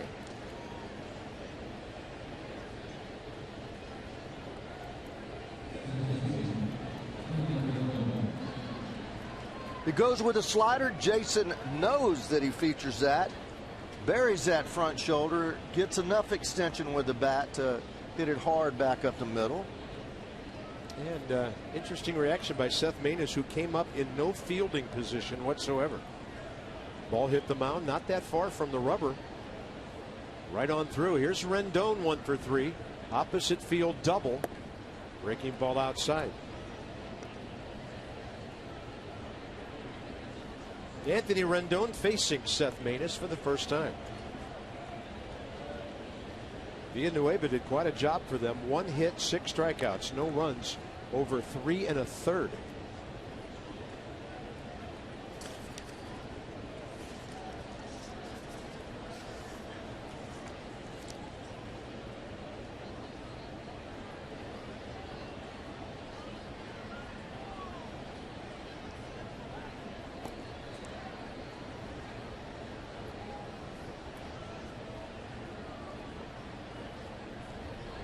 Hitters are hitting .313 against Seth Maness. In 52 2/3 innings, 65 hits. He's only given up 4 home runs. But .313, seeing him pretty good.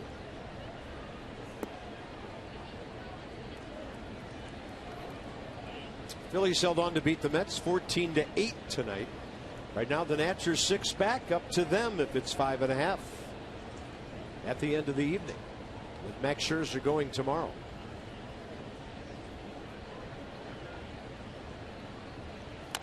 Rendon, a chopper to third. Tricky little hop. Carpenter gets the lead runner. Surprised Wong made that throw. But they do keep a runner out of scoring position.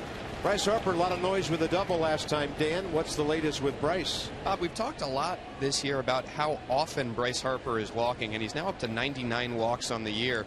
But let's also look at how his ratio has gone in terms of those walks and strikeouts. Last year, 104 strikeouts, 38 walks. This year, 107 strikeouts, those 99 walks. Matt Williams says that Harper's made a great effort to swing at balls in the zone. That's tough to do when he knows he can hit pitches above the zone and down the zone with power. Harper's done a good job of keeping the pitches in the zone that he wants to swing at, and if they're not there, he's taking his walks. Matt Williams out of the dugout in a discussion with John Hirschbeck. Well, I didn't think he was on the bag, but that neighborhood play is one we can't review. And I think Matt was just checking with John to see if there was anything that they could do about it. Throw beat the runner. Answer still no. Bryce Harper 1-for-1 with a walk, a sac fly, and a double. I'll tell you, it's about time for Bryce Harper to launch one. It's been a while. Last home run, first game of the most recent homestand. Well, give him a pitch to hit. He'll launch one. Yeah, they haven't given him much in this series at all. He hasn't hit against Maness before. It's been some kind of impressive the year that he had. You saw those stats there with the walks and the change and the 38 and the 99 walks. But it takes a lot to be patient when you want to hit. And first and foremost, he is a hitter. He wants to swing that bat as badly as anybody. But that discipline, I mean, that's like Ted Williams and Stan Musial and those guys that just would not give in, so locked in, knowing the strike zone so well, knowing what pitch that they handle so well.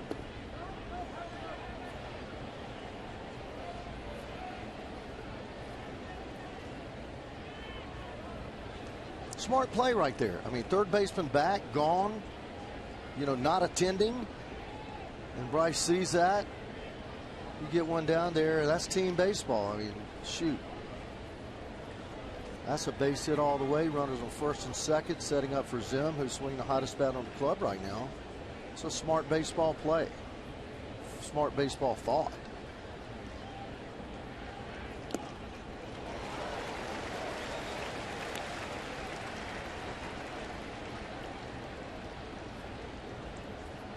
Felipe Rivero with Jason Hayward set to lead off, bottom of the 7th. Rivero threw 16 pitches in a third of an inning last night.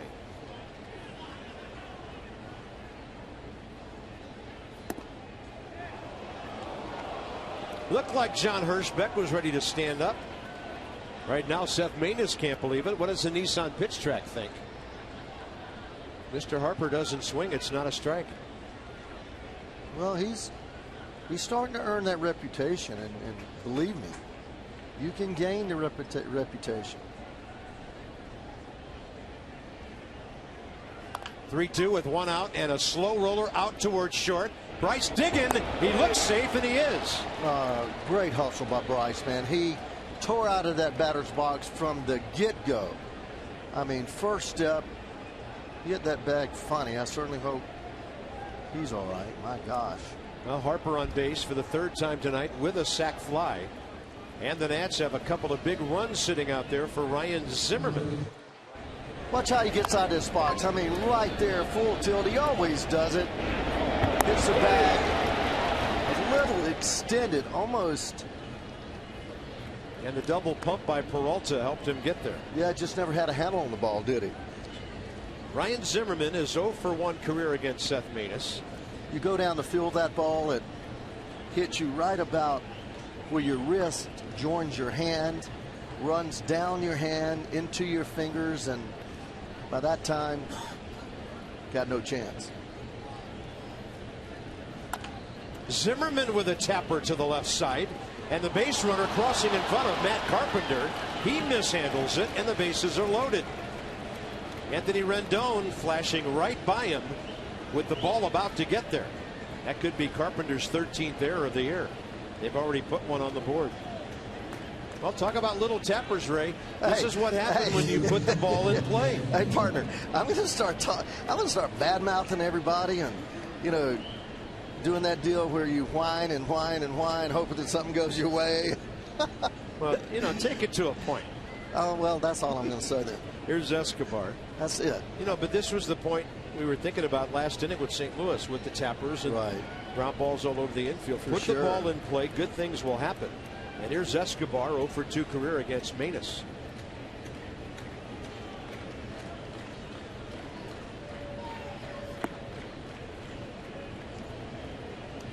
Nats with a chance to take this game and take control of it in the 7th.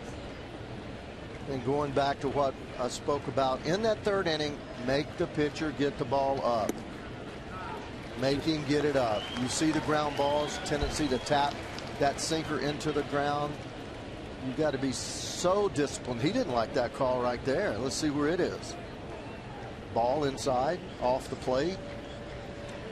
But you want the ball somewhere around belt high that you can elevate. Good take on a breaking ball. And I mean, you're patient all the way to 2 strikes. Once you get to 2 strikes, it's a little different story. You got to make contact and go to battle. But until 2 strikes, you got to be patient enough to force him to get the ball up to you. Escobar gets jammed with a fastball. Count goes even 2-2. And generally out away from you. Most hitters hit the ball in the air out away from them better than in on them, because you have a tendency on the ball in on them that if you're a tad late, you roll over with that top hand and smother the ball and get a ground ball when it's out away from you. So you want to kind of look up and out away from you. Now with 2 strikes, you're just looking for ball.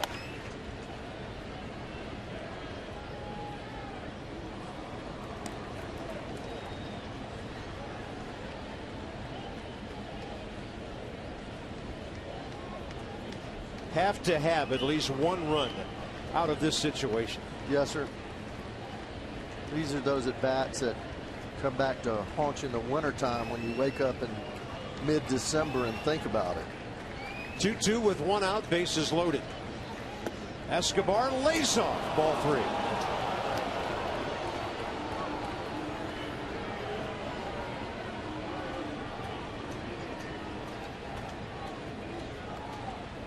Yeah, close on pitch track. There's been a lot of close ones. Escobar jammed and stays alive. He's just sinking the ball, just sinking it, sinking it. You see the ball about thigh high, and then it ends up around your kneecap or below your kneecap, and you have a very difficult time hitting the top of the ball. The one way that you can combat that is you can fight the ball off and try to inside out the ball to right field. 3-2, another tapper. This will get the Nats a run. Escobar digging, he's out, but coming home to score, Anthony Rendon. The Nats get a huge run, and it's 5-3. So tap, tap, tap goes the offense here in the 7th inning. Like you said, hey, put the ball in play. Good things will happen. I always say you got to catch it, you got to throw it, and somebody else has to catch it. So take your chances putting it in play. I hate strikeouts. That's something we haven't done much tonight. Just 4 Ks on our, well, actually 6 Ks. Ian Desmond 0 for 2 career against Manus, and looking for his first base hit tonight. Ian came in on a tear, 339, hitting safely 14 of his last 16 games. A lot of managers would have chosen to walk Ian here to load the bases, to give yourself a play at any base. If you figure that Desmond and Ramos are like hitters and similarly dangerous, it makes sense to walk Desmond to take the pressure off of your infielder so they don't have to make a long throw. But they chose to go for Ian, and let's hope that hurts him. Check swing, and it goes down the line. I mean, even Ian Desmond looks surprised that the bat hit the ball. Then he took off. #1 live app is MLB.tv. Check it out live. It's MLB.tv Premium, real-time highlights, live look-ins, pitch tracking, and more. Visit MLB.tv. Check it out. But it's not always banging the baseball around, Bob. You know, you and I mean, we've been knowing each other for 40 years, close to it, 35 years, working together that long. 0-2. Desmond stays alive. So you take this inning, and now the Nats are grinding out some at-bats. Worth got one cleanly through to start the inning. There's Mitch Harris, another right-hander they called up today. I think this is actually the 27th year that I've known you, Bob, and well, that's a long time to know me. 1 ball and 2 strikes. And something that people may be interested in, may not. My first game that I ever did, Wichita State, Georgia Tech, and Georgia Tech in Wichita, Kansas. Bob broke me in the snow. In the snow. Desmond fights one off to the right side. Colton Wong has it, and the Nats will get that one. But that is it. But it's a big one, and Washington now has a 5-3 lead. It's our Hyundai 7th inning stretch. at Busch Stadium in downtown St. Louis. Nats by 2. Well, now a pitcher deeper into the Nats bullpen. It's Felipe Rivero. And a bit of a rough outing here last night. Rivero came in 7th inning. He gave up a couple of hits that brought in some runners. Didn't get charged with that. He actually gave up 1 run on a couple of hits. But as I mentioned earlier, 16 pitches, 8 strikes. Here he is against a tough left-hander, Hayward, who took a left-hander last time in the 5th inning. Actually, that was Doug Fister still in the ballgame. Remember, he swung on that 3-0 pitch. Well, this is just the way it is. This ball club is lined up. They've built it. They've built the bullpen. This is the guy they've chosen as their left-handed guy. If this team is going to do anything moving forward, he's going to have to be the left-handed guy to get people out. You've got 2 left-handers this inning, Hayward and Wong, and in between them, Molina. You bring him in there, and this is the only way that you learn. This is the only way you gain experience. Sometimes you fail, but eventually when you start to succeed, you've got something special.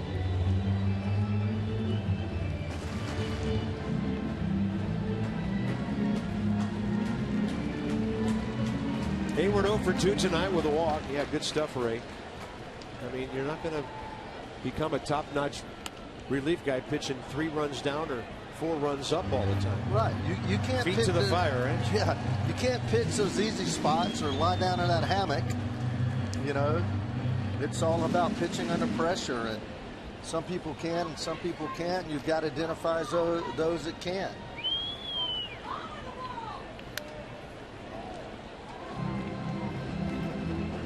And they generally identify themselves pretty quickly. You remember the Rodriguez kid that threw 100, Henry?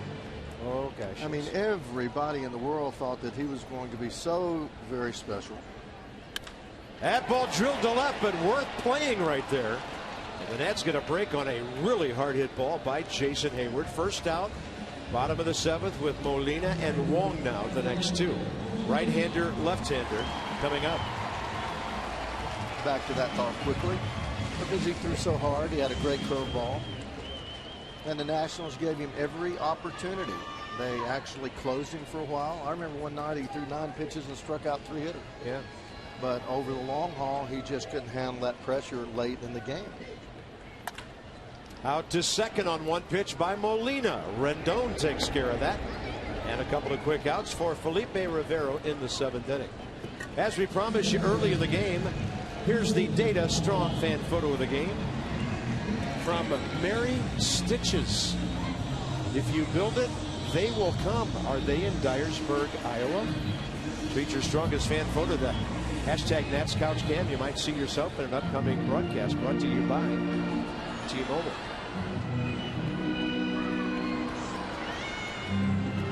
Here's Colton Wong.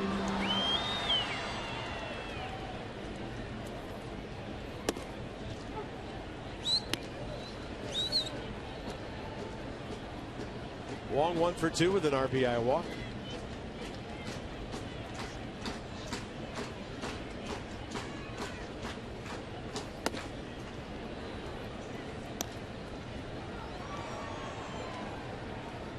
And 97 has a little bit to do with him being in ball game. By the way, Field of Dreams, Dyersville, Iowa.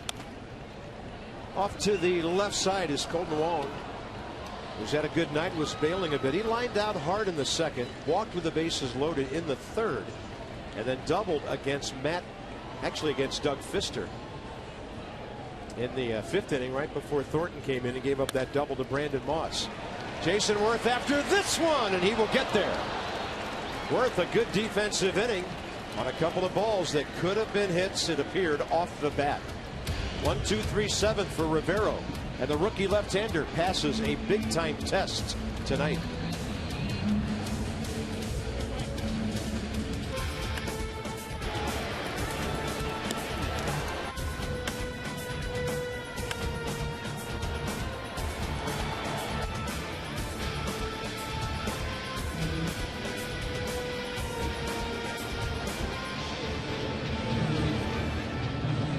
On to the top of the 8th inning. The Nats on top 5-3 with a big run, an unearned run in the 7th tonight, and celebrate the last week or so of the Potomac Nationals single-A season down there at Visner Stadium in Woodbridge, Virginia. Fan Appreciation Week, September 1 through 7. Season ends on Labor Day, and that is $1 tickets on Monday the 7th, weekend fireworks. Check it out, PotomacNationals.com. Greg Garcia is in to play second base. So Colton Wong out on a double switch. And Garcia batting ninth. And they called up Mitch Harris today.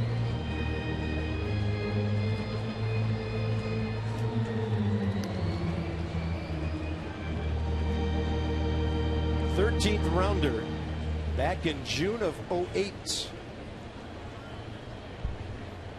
29-year-old Mitch Harris, and Matt Williams checking with the umpire again.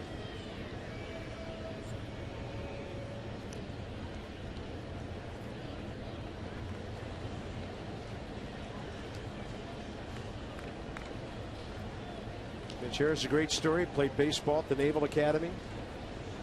5 years of service required after graduation. But he broke in single-A state college 2 years ago. Busted bat. Wilson Ramos will drop one into left center. And when you're on a nice hitting streak, things go well. He's 3 for 4 tonight. Next up, Michael A. Taylor. And then Clint Robinson. Right off the end of the bat. Take about 25 of those a year. Make a lot of folks happy. If you're the one getting them. Yeah, you hitters say those never even out, right? No, they don't. Taylor goes up ripping straight back to the screen.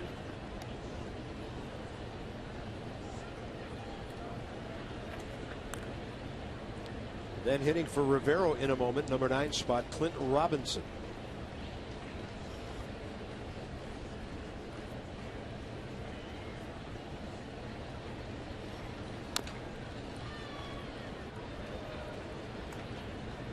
Into the 11 o'clock hour up on the East Coast. 10 o'clock here in St. Louis, where the Nationals have won 2 games since 2008, and they're trying to forget about those 19 losses and take care of some business here tonight with the Mets already having lost.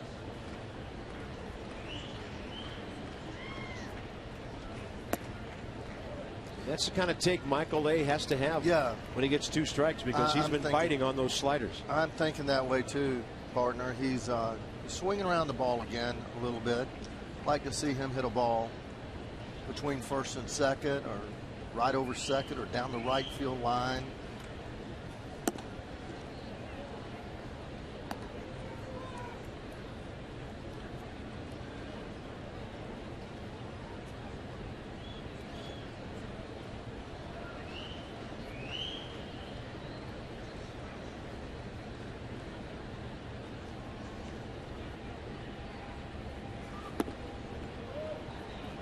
So from a bad hitting count to 3-2.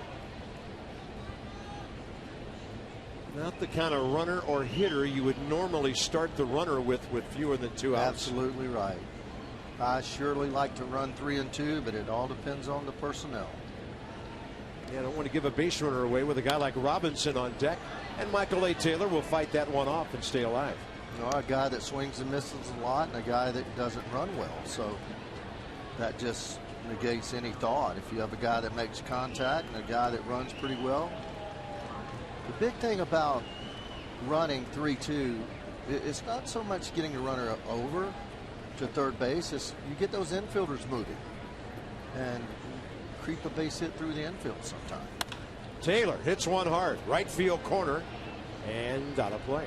Better stroke though.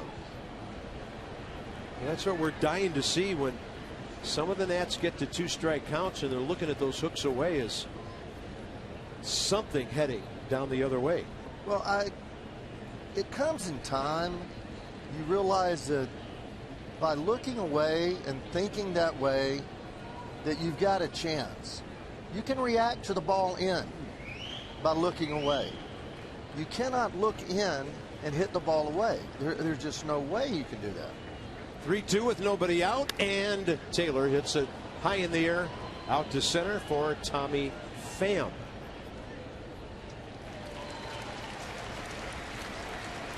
Well, Clint Robinson had a nice wrap up to the homestand. First of all, let's go back to Saturday. And he was in the lineup that night. That was the 6th inning, 2-run shot the opposite way. Nats win 5-1. And then the pinch hitting excitement in the 6th inning on Sunday. And did he pull that one? Well, he's put together one heck of a year for this ball club.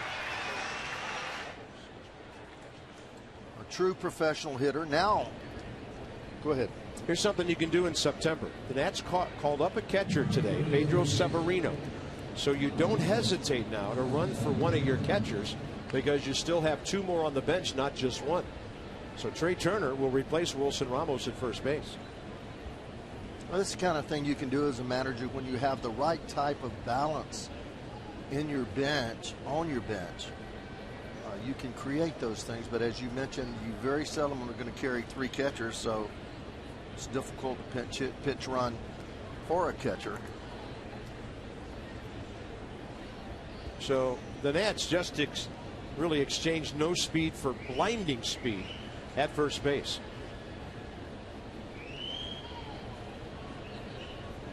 Yadier Molina poised. He knows that Turner's fast. Yeah, the thought comes to my mind is you're playing with house money. This cat can fly at first base. You want to give Robinson a chance to swing the bat. I don't believe they were walking. Get a lead, read it, take off, put yourself in that position again. There he goes. And Molina drops the ball. There you go. Trey Turner, first major league stolen base. And Yadier Molina just never made the exchange. Great jump, great acceleration. This kid's there. He's to second base before you realize he's close to second base. He can flat out fly. Look at this. It just doesn't take him long to get there. I mean, he's diving about the time he starts his first 4 or 5 steps, seemingly. I tell you what, those were not many steps. And the our track and field experts in the truck had that at 3.1 second. Really? For real? That's what they told me. And they've never lied to me once in 10 years. Clint Robinson pulls the ball, broken bat. That'll be the second out. So at the top of the order, it'll be up to Jason Worth. And I say that because I had Deion Sanders, and we got him at 3.1. Now, that doesn't mean he read the picture as well, but that man could fly, maybe the fastest guy I've ever seen. But I mean, that's getting down there in a hurry. Yeah, they retimed it, and they still came up with 3.1. Well, then he can steal 50 bases in this league if he just gets on enough, because that's almost impossible to throw somebody out. Low and away to Jason Worth, who's had another good night. So Worth now as a leadoff man, 17 hits in 49 at bats, hitting .347 with an on-base percentage leading off last couple of weeks of around .440. I mean, your best catchers 185s. Your best. A lot of them are right at 2. Your pitchers 1-3 is a good time. 1-2 really good. But if you take the best catcher at 185, a good pitcher at 130, that's 325. I mean, he's in there every time. I mean, that's just mathematics. Well, it didn't take long to establish that he could fly. I mean, that first ground ball he hit the shortstop. Yeah. Went down to first base in 3.5. Almost had his first major league hit on a challenge. 1-2 to Worth. Ball by him, and the Nats are done in the top of the 8th inning. They've stranded 8 tonight. 6 outs to get, and Drew Storen is next out of the Washington bullpen. Run 2 innings ago, and the youngster, Greg Garcia. So Jose Lobaton gets the call at catcher. after the Nats ran Trey Turner for Wilson Ramos. And here's a big situation in a big place for Drew Storen. Yeah, you know, he throws a fastball, slider, not a whole lot of difference. 53% fastball, great slider, fastball up to 94. Ideal situation for Drew. Just throw strikes and go get these guys.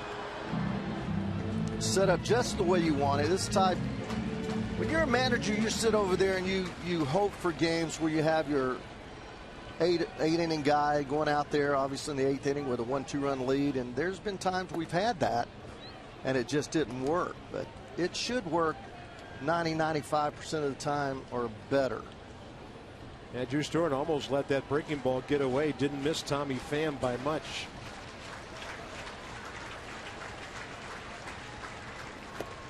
Fastball up and in, 2-0.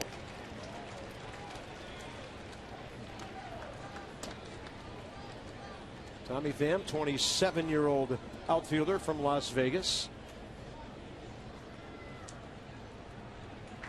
9+ year minor league career. Rips one up the middle.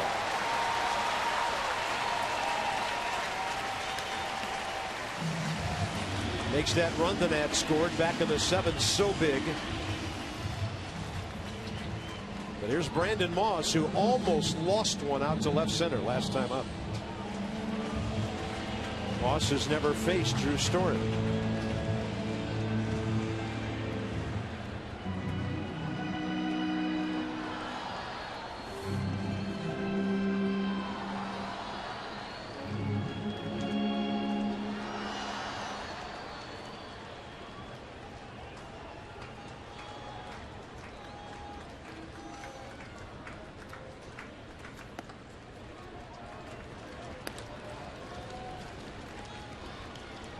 Outfield no doubles, infield double play depth. Escobar way off the line. Third.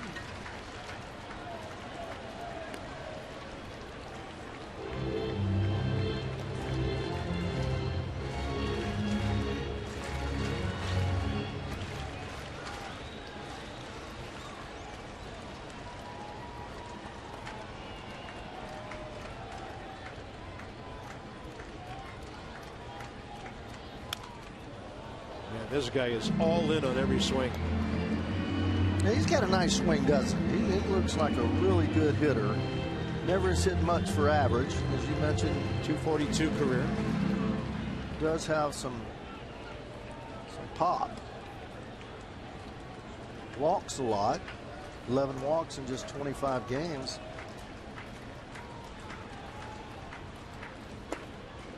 And Drew Storen with an 86 changeup. Beautiful pitch right there. Mercedes-Benz will track it.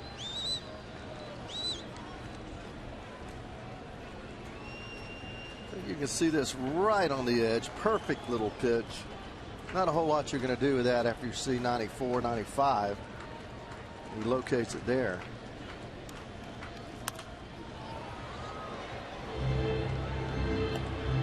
And then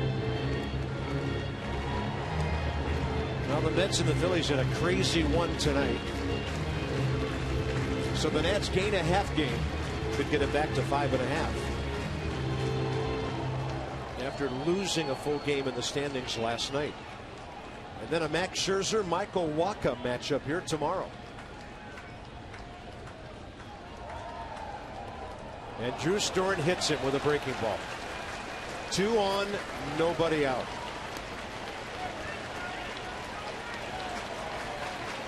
The Nationals have given the Cardinals 8 base runners tonight on 6 walks by the starter Joe Ross. That chased him in the 3rd inning, and then hit batters by Doug Fister and now Drew Storen.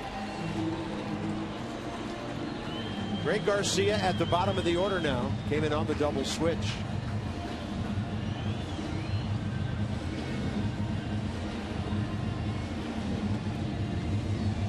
'26-year-old rookie infielder whose father Dave used to manage the Angels and the Indians back in the 70s and 80s. Last night in this situation, they did not bunt the guy over to get to a tie game. Garcia hit into a double play.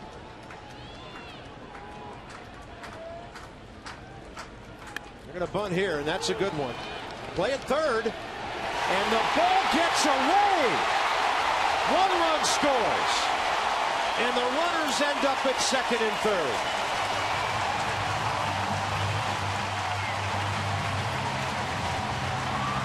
I don't like it. Second time tonight, the Nationals have tried for a play at third base. Now, this one would have been a force play, and it's gone really badly twice.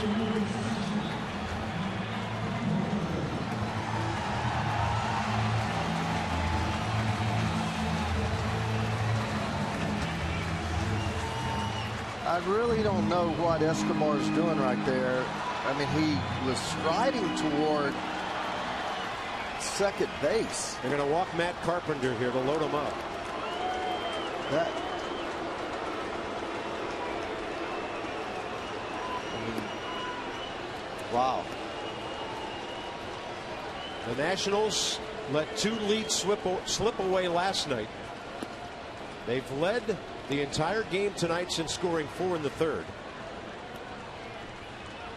But now in the 8th inning, this is trouble. The hitter will be Stephen Piscotty, the rookie who faces Drew Storen for the first time. You're supposed to be stretching toward a pitcher like your first baseman, and he's kind of stretched toward the second baseman. And I don't know what happened here, if he threw the ball so hard he didn't see it. I mean, the ball is just right there for him to catch it. At least it appears that way to me. I don't know.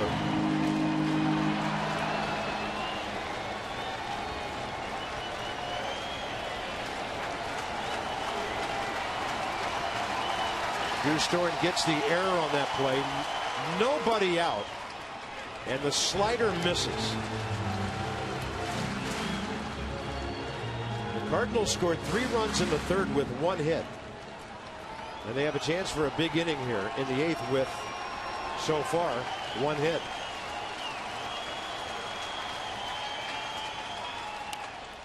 Out to short. Double play ball. Desmond will take care of it, but this game is tied.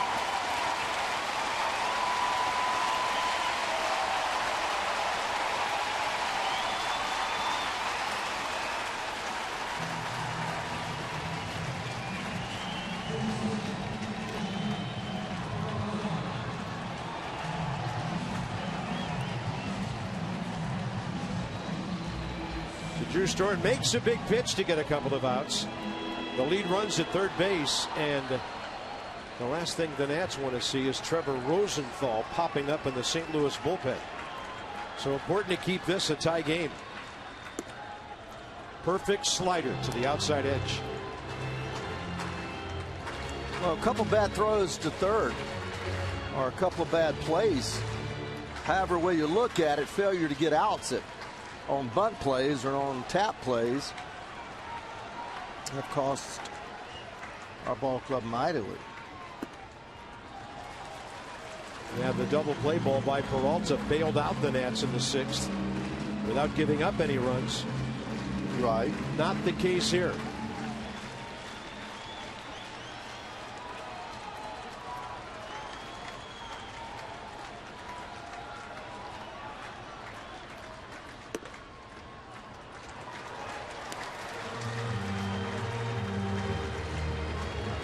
There he is, Trevor Rosenthal. He racked up his 42nd save of the year last night.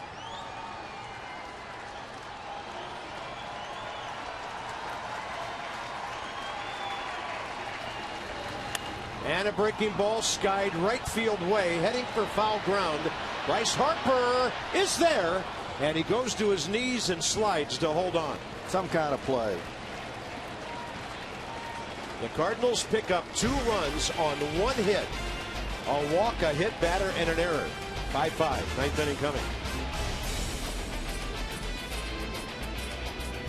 5-11-1 Nats, 5-6-1 Cardinals in this one to the 9th inning. Rendon, Harper, and Zimmerman as Mitch Harris stays in the game.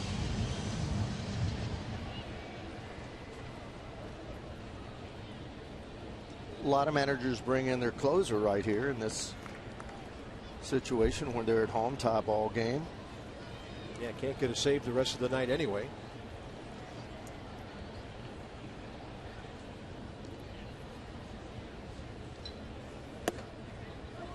Harris comes right over the top and drops one in there. Harris was actually called up by the Cardinals when they were in Washington. Didn't see any action in that series. And that's a slider low and away. 1 ball, 1 strike.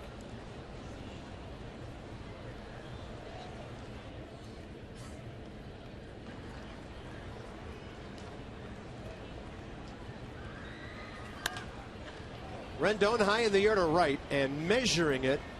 Jason Hayward, fair ball, 1 out. Tomorrow night we've got a dandy for you. Missouri native Max Scherzer from the St. Louis area. Played in Columbia for the Tigers. And he's 11-11. Really struggling in the second half. Michael Wacha, career against the Nats, 2-1 with an 0.79 ERA. 15-4 on the year. And a couple of years ago here, 1 strike away from no hitting the Nats. Ryan Zimmerman hit an infield hit off of his glove in the top of the 9th with 2 outs. What a matchup. Will it be a rubber game? The Nats hope so. Bryce Harper, perfect night. Walk, sac fly, double, and an infield hit. Batting average back up to .333. He's not going to give him a lot to hit, I promise you. Cardinals have already walked Bryce 4 times in this series.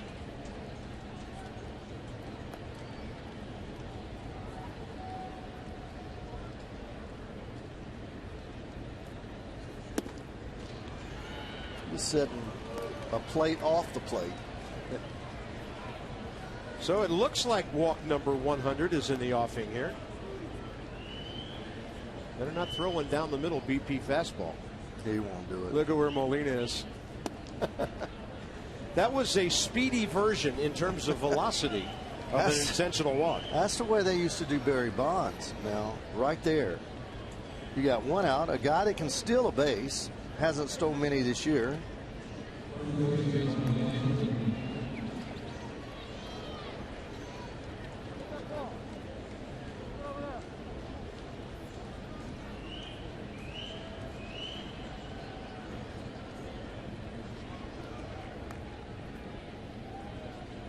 Ryan Zimmerman tonight 1 for 4. Everything but the triple for the cycle last night with 4 RBIs.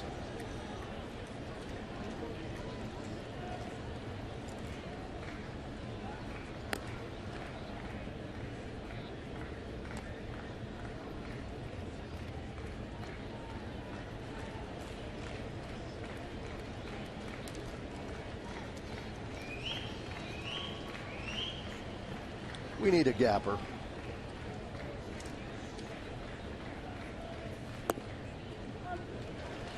Zimmerman's slugging percentage lately indicative of a lot of extra base hits.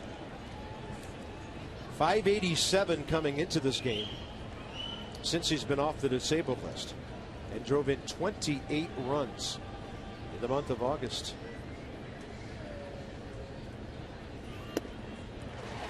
Hard to get to 94 up there. Yeah, he's been down with all of his breaking balls, and then he gets pitch elevated a little bit, and it looks so good.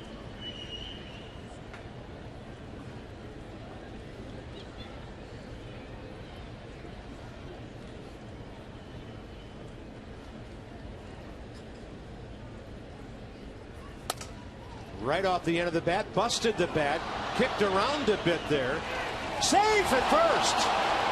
Harris must have missed the bag as Brandon Moss booted it for a while, and then Ryan Zimmerman kept on chugging. 2 on, 1 out, and the Cardinals might want to have a look at this one. Let's see if the pitcher gets the bag.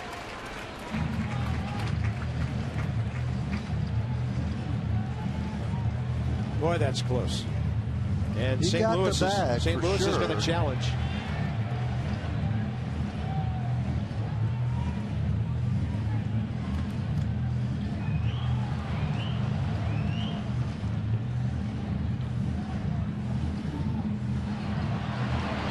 Looks like he's out just by a tag right there. See that? Yeah. When they freeze that in New York, that's all she wrote. Yep.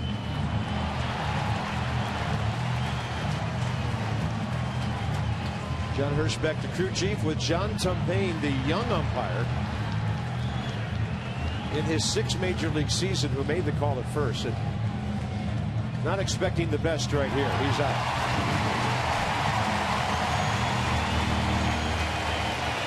Bryce Harper does go to second base. It would have taken a hit to bring him home anyway. It's just now 2 outs. And it'll be up to Escobar, who bounced into a 5-3 for an RBI 2 innings ago. Nobody hurt, just got to get a 2-out hit. You win divisions by 2-out hits. You win pennants by 2-out hits. You win World Series by 2-out hits. And now the Nats trying to win an important game with a 2-out hit, and Jonathan Papelbon is up. Just now starting to toss in the bullpen. By the way, Yunel Escobar asked Harris to kick the rosin bag back to the back of the mound because he could see it right behind the rubber.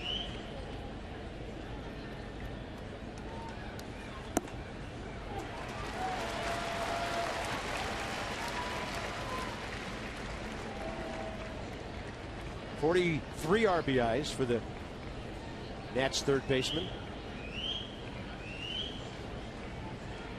Look at the outfield and tell how they're going to pitch him. Looks like they're going to try to pitch him away. Yeah. Just looking at his hitting for this series. Base hit to right center last night. Ground balls to second and to short. And then tonight a ground ball to second. And then 1 to third on that tapper. So they don't want him pulling the ball. Counts 1-1. He does pull the ball. Kept on the infield by Peralta, and that'll keep the Nats from scoring with 2 outs and set up a situation for Ian Desmond with runners at the corners. Solid play by Peralta there. This ball is smoked, and he goes down on that one knee, fully extended, makes the intelligent play, knows where to go with it. Escobar 2 for 4. 2 for 5 rather, and Ian Desmond 0 for 4 steps in.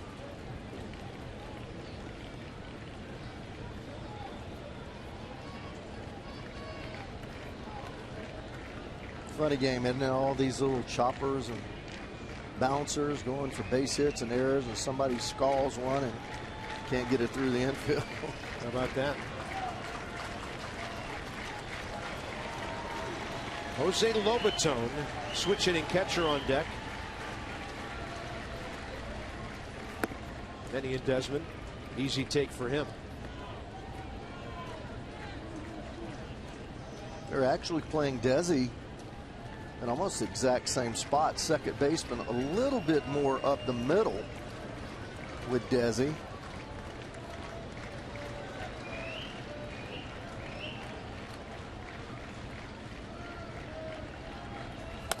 Desmond out to center. Off the end of the bat, Tommy Pham. And now the Nats will have to keep St. Louis at bay as we go 5-5, bottom 9. Nothing lead, and Joe Ross gave 3 of it back in the very next inning. It's been a battle ever since. And here's Casey Janssen, who was roughed up here last night, hoping for a big-time bounce back. He got 2 outs last night in the 7th inning and gave up 4 runs on 4 hits.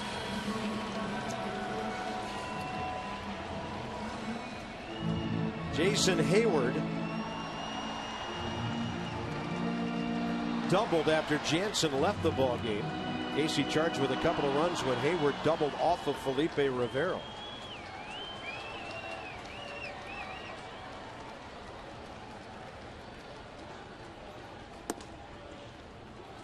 That's a danger zone right in there to a left-handed batter. Better get it in there.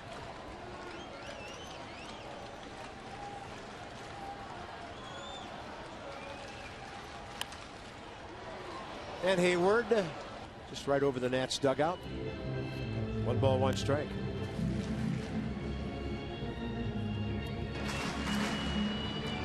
You can look at our outfield. They're all out there just about on the warning track. Willing to give up the ball in front of them. Can't afford to let a leadoff guy for sure get on with a double. And Casey pulling the string with that curveball, mid-70s inside. 2-1.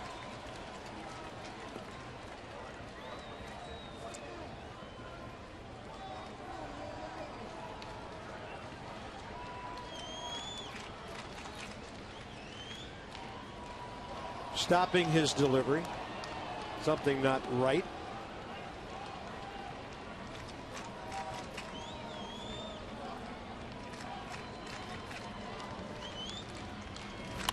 Hayward up the middle. Ian Desmond playing that way and from behind the bag for the first down.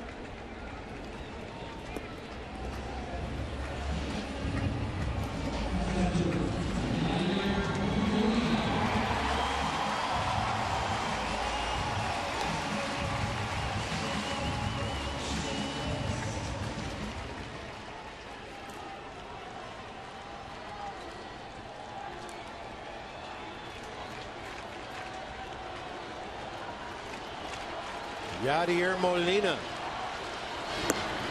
Perfect fastball to the outside edge.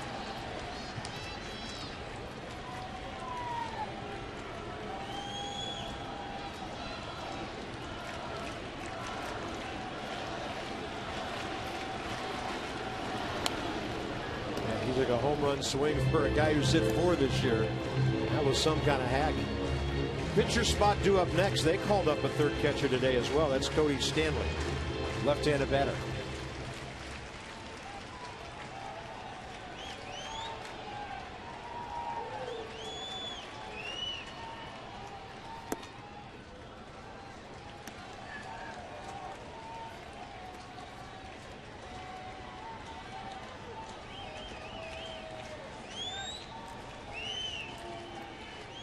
Molina, first career at bat against Casey. And a 1-2 with 1 out. Jammed him. Great pitch. Ryan Zimmerman under it. Catches the foul ball. 2 outs. So the last 2 times the Nats have jammed Yadier Molina to get him. In fact, the last 3 times. I think you have to pitch him in there. Obviously, he hits the ball the other way as well as anybody. He's a breaking ball hitter, supreme. Now he'll guess in there sometimes when he's ahead 2-1, 2-0. But especially if you elevate it in there. If you get it down and in, he can inside out into right field.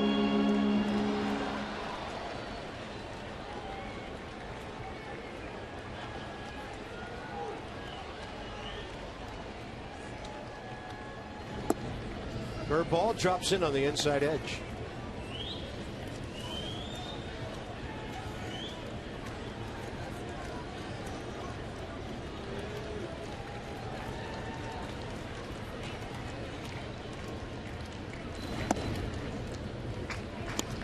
Had a 3-game cup of coffee with the Cardinals back in late April as a pinch hitter.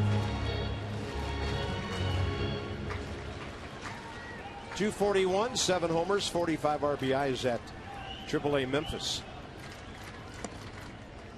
And Casey Janssen staying away, 2 balls, 1 strike.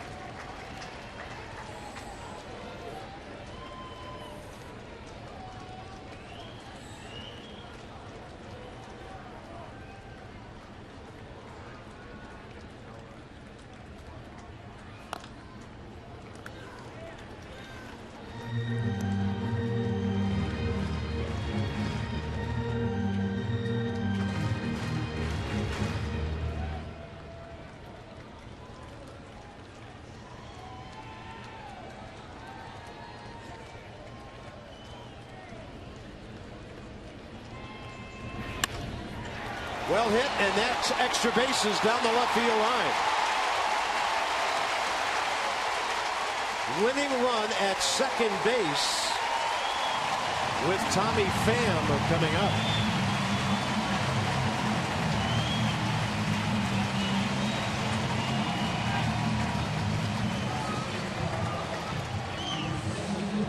It's a great at bat by a rookie right there.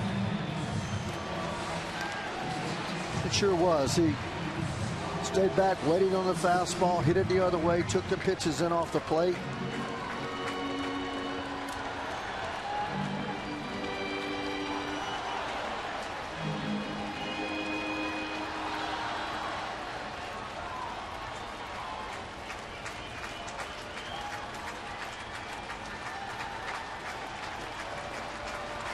Tommy Pham, 1 for 2 tonight. Scored on the error on that throw to third last inning. And that was a hanging breaking ball.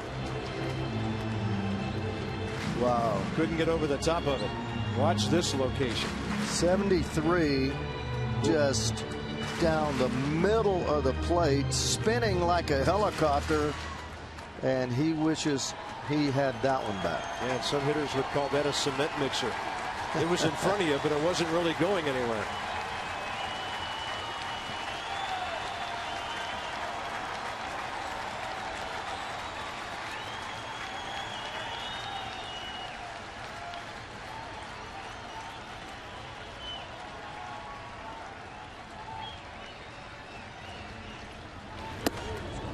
Pretty late, and that was upstairs at 87. Tommy Pham taking some big swings here.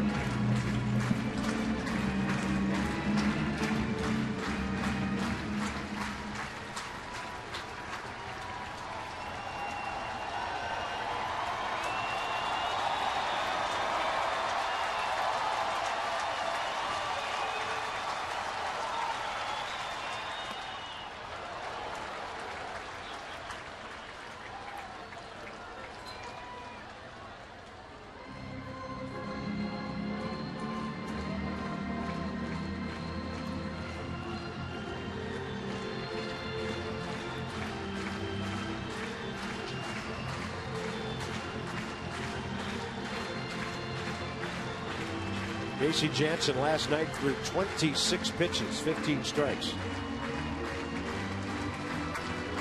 Well, they're not talking about location. They're talking about what his best pitch to throw this guy to get him out on. He didn't like the fact that he hung the breaking ball. And I'm sure Lobaton's questioning a little bit about that, because I know he's a good fastball hitter. We saw him hit a P up the middle last time.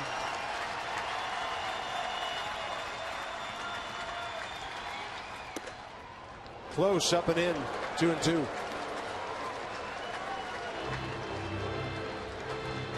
Just off the plate inside, no doubt about it.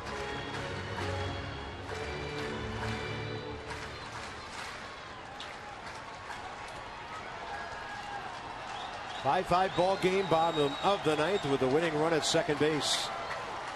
With 2 outs, a 2-2 pitch.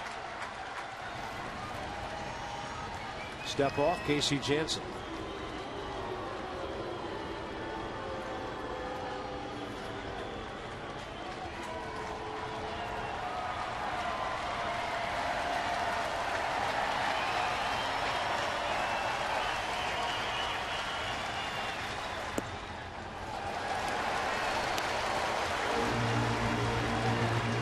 Danger in the on-deck circle if the inning goes any farther with Brandon Moss.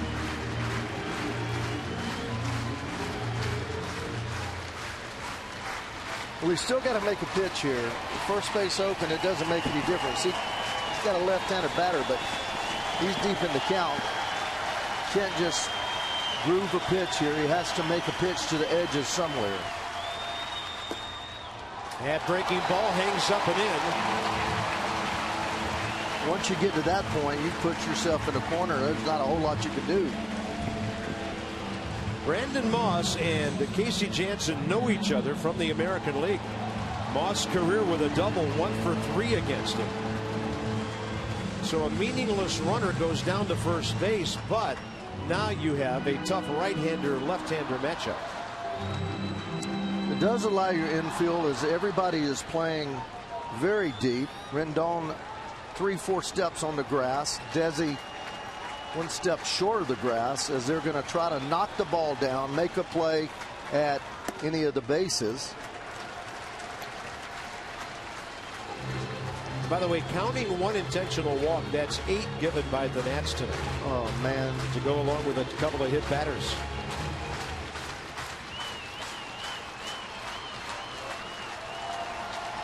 Casey just continues to struggle with his command. Time had been given. John Hirschbeck pointing to Jose Lobaton, who must have requested. Well, the ballpark more than half empty here in the bottom of the 9th inning of a 5-5 game, but the ones that are still here making some noise.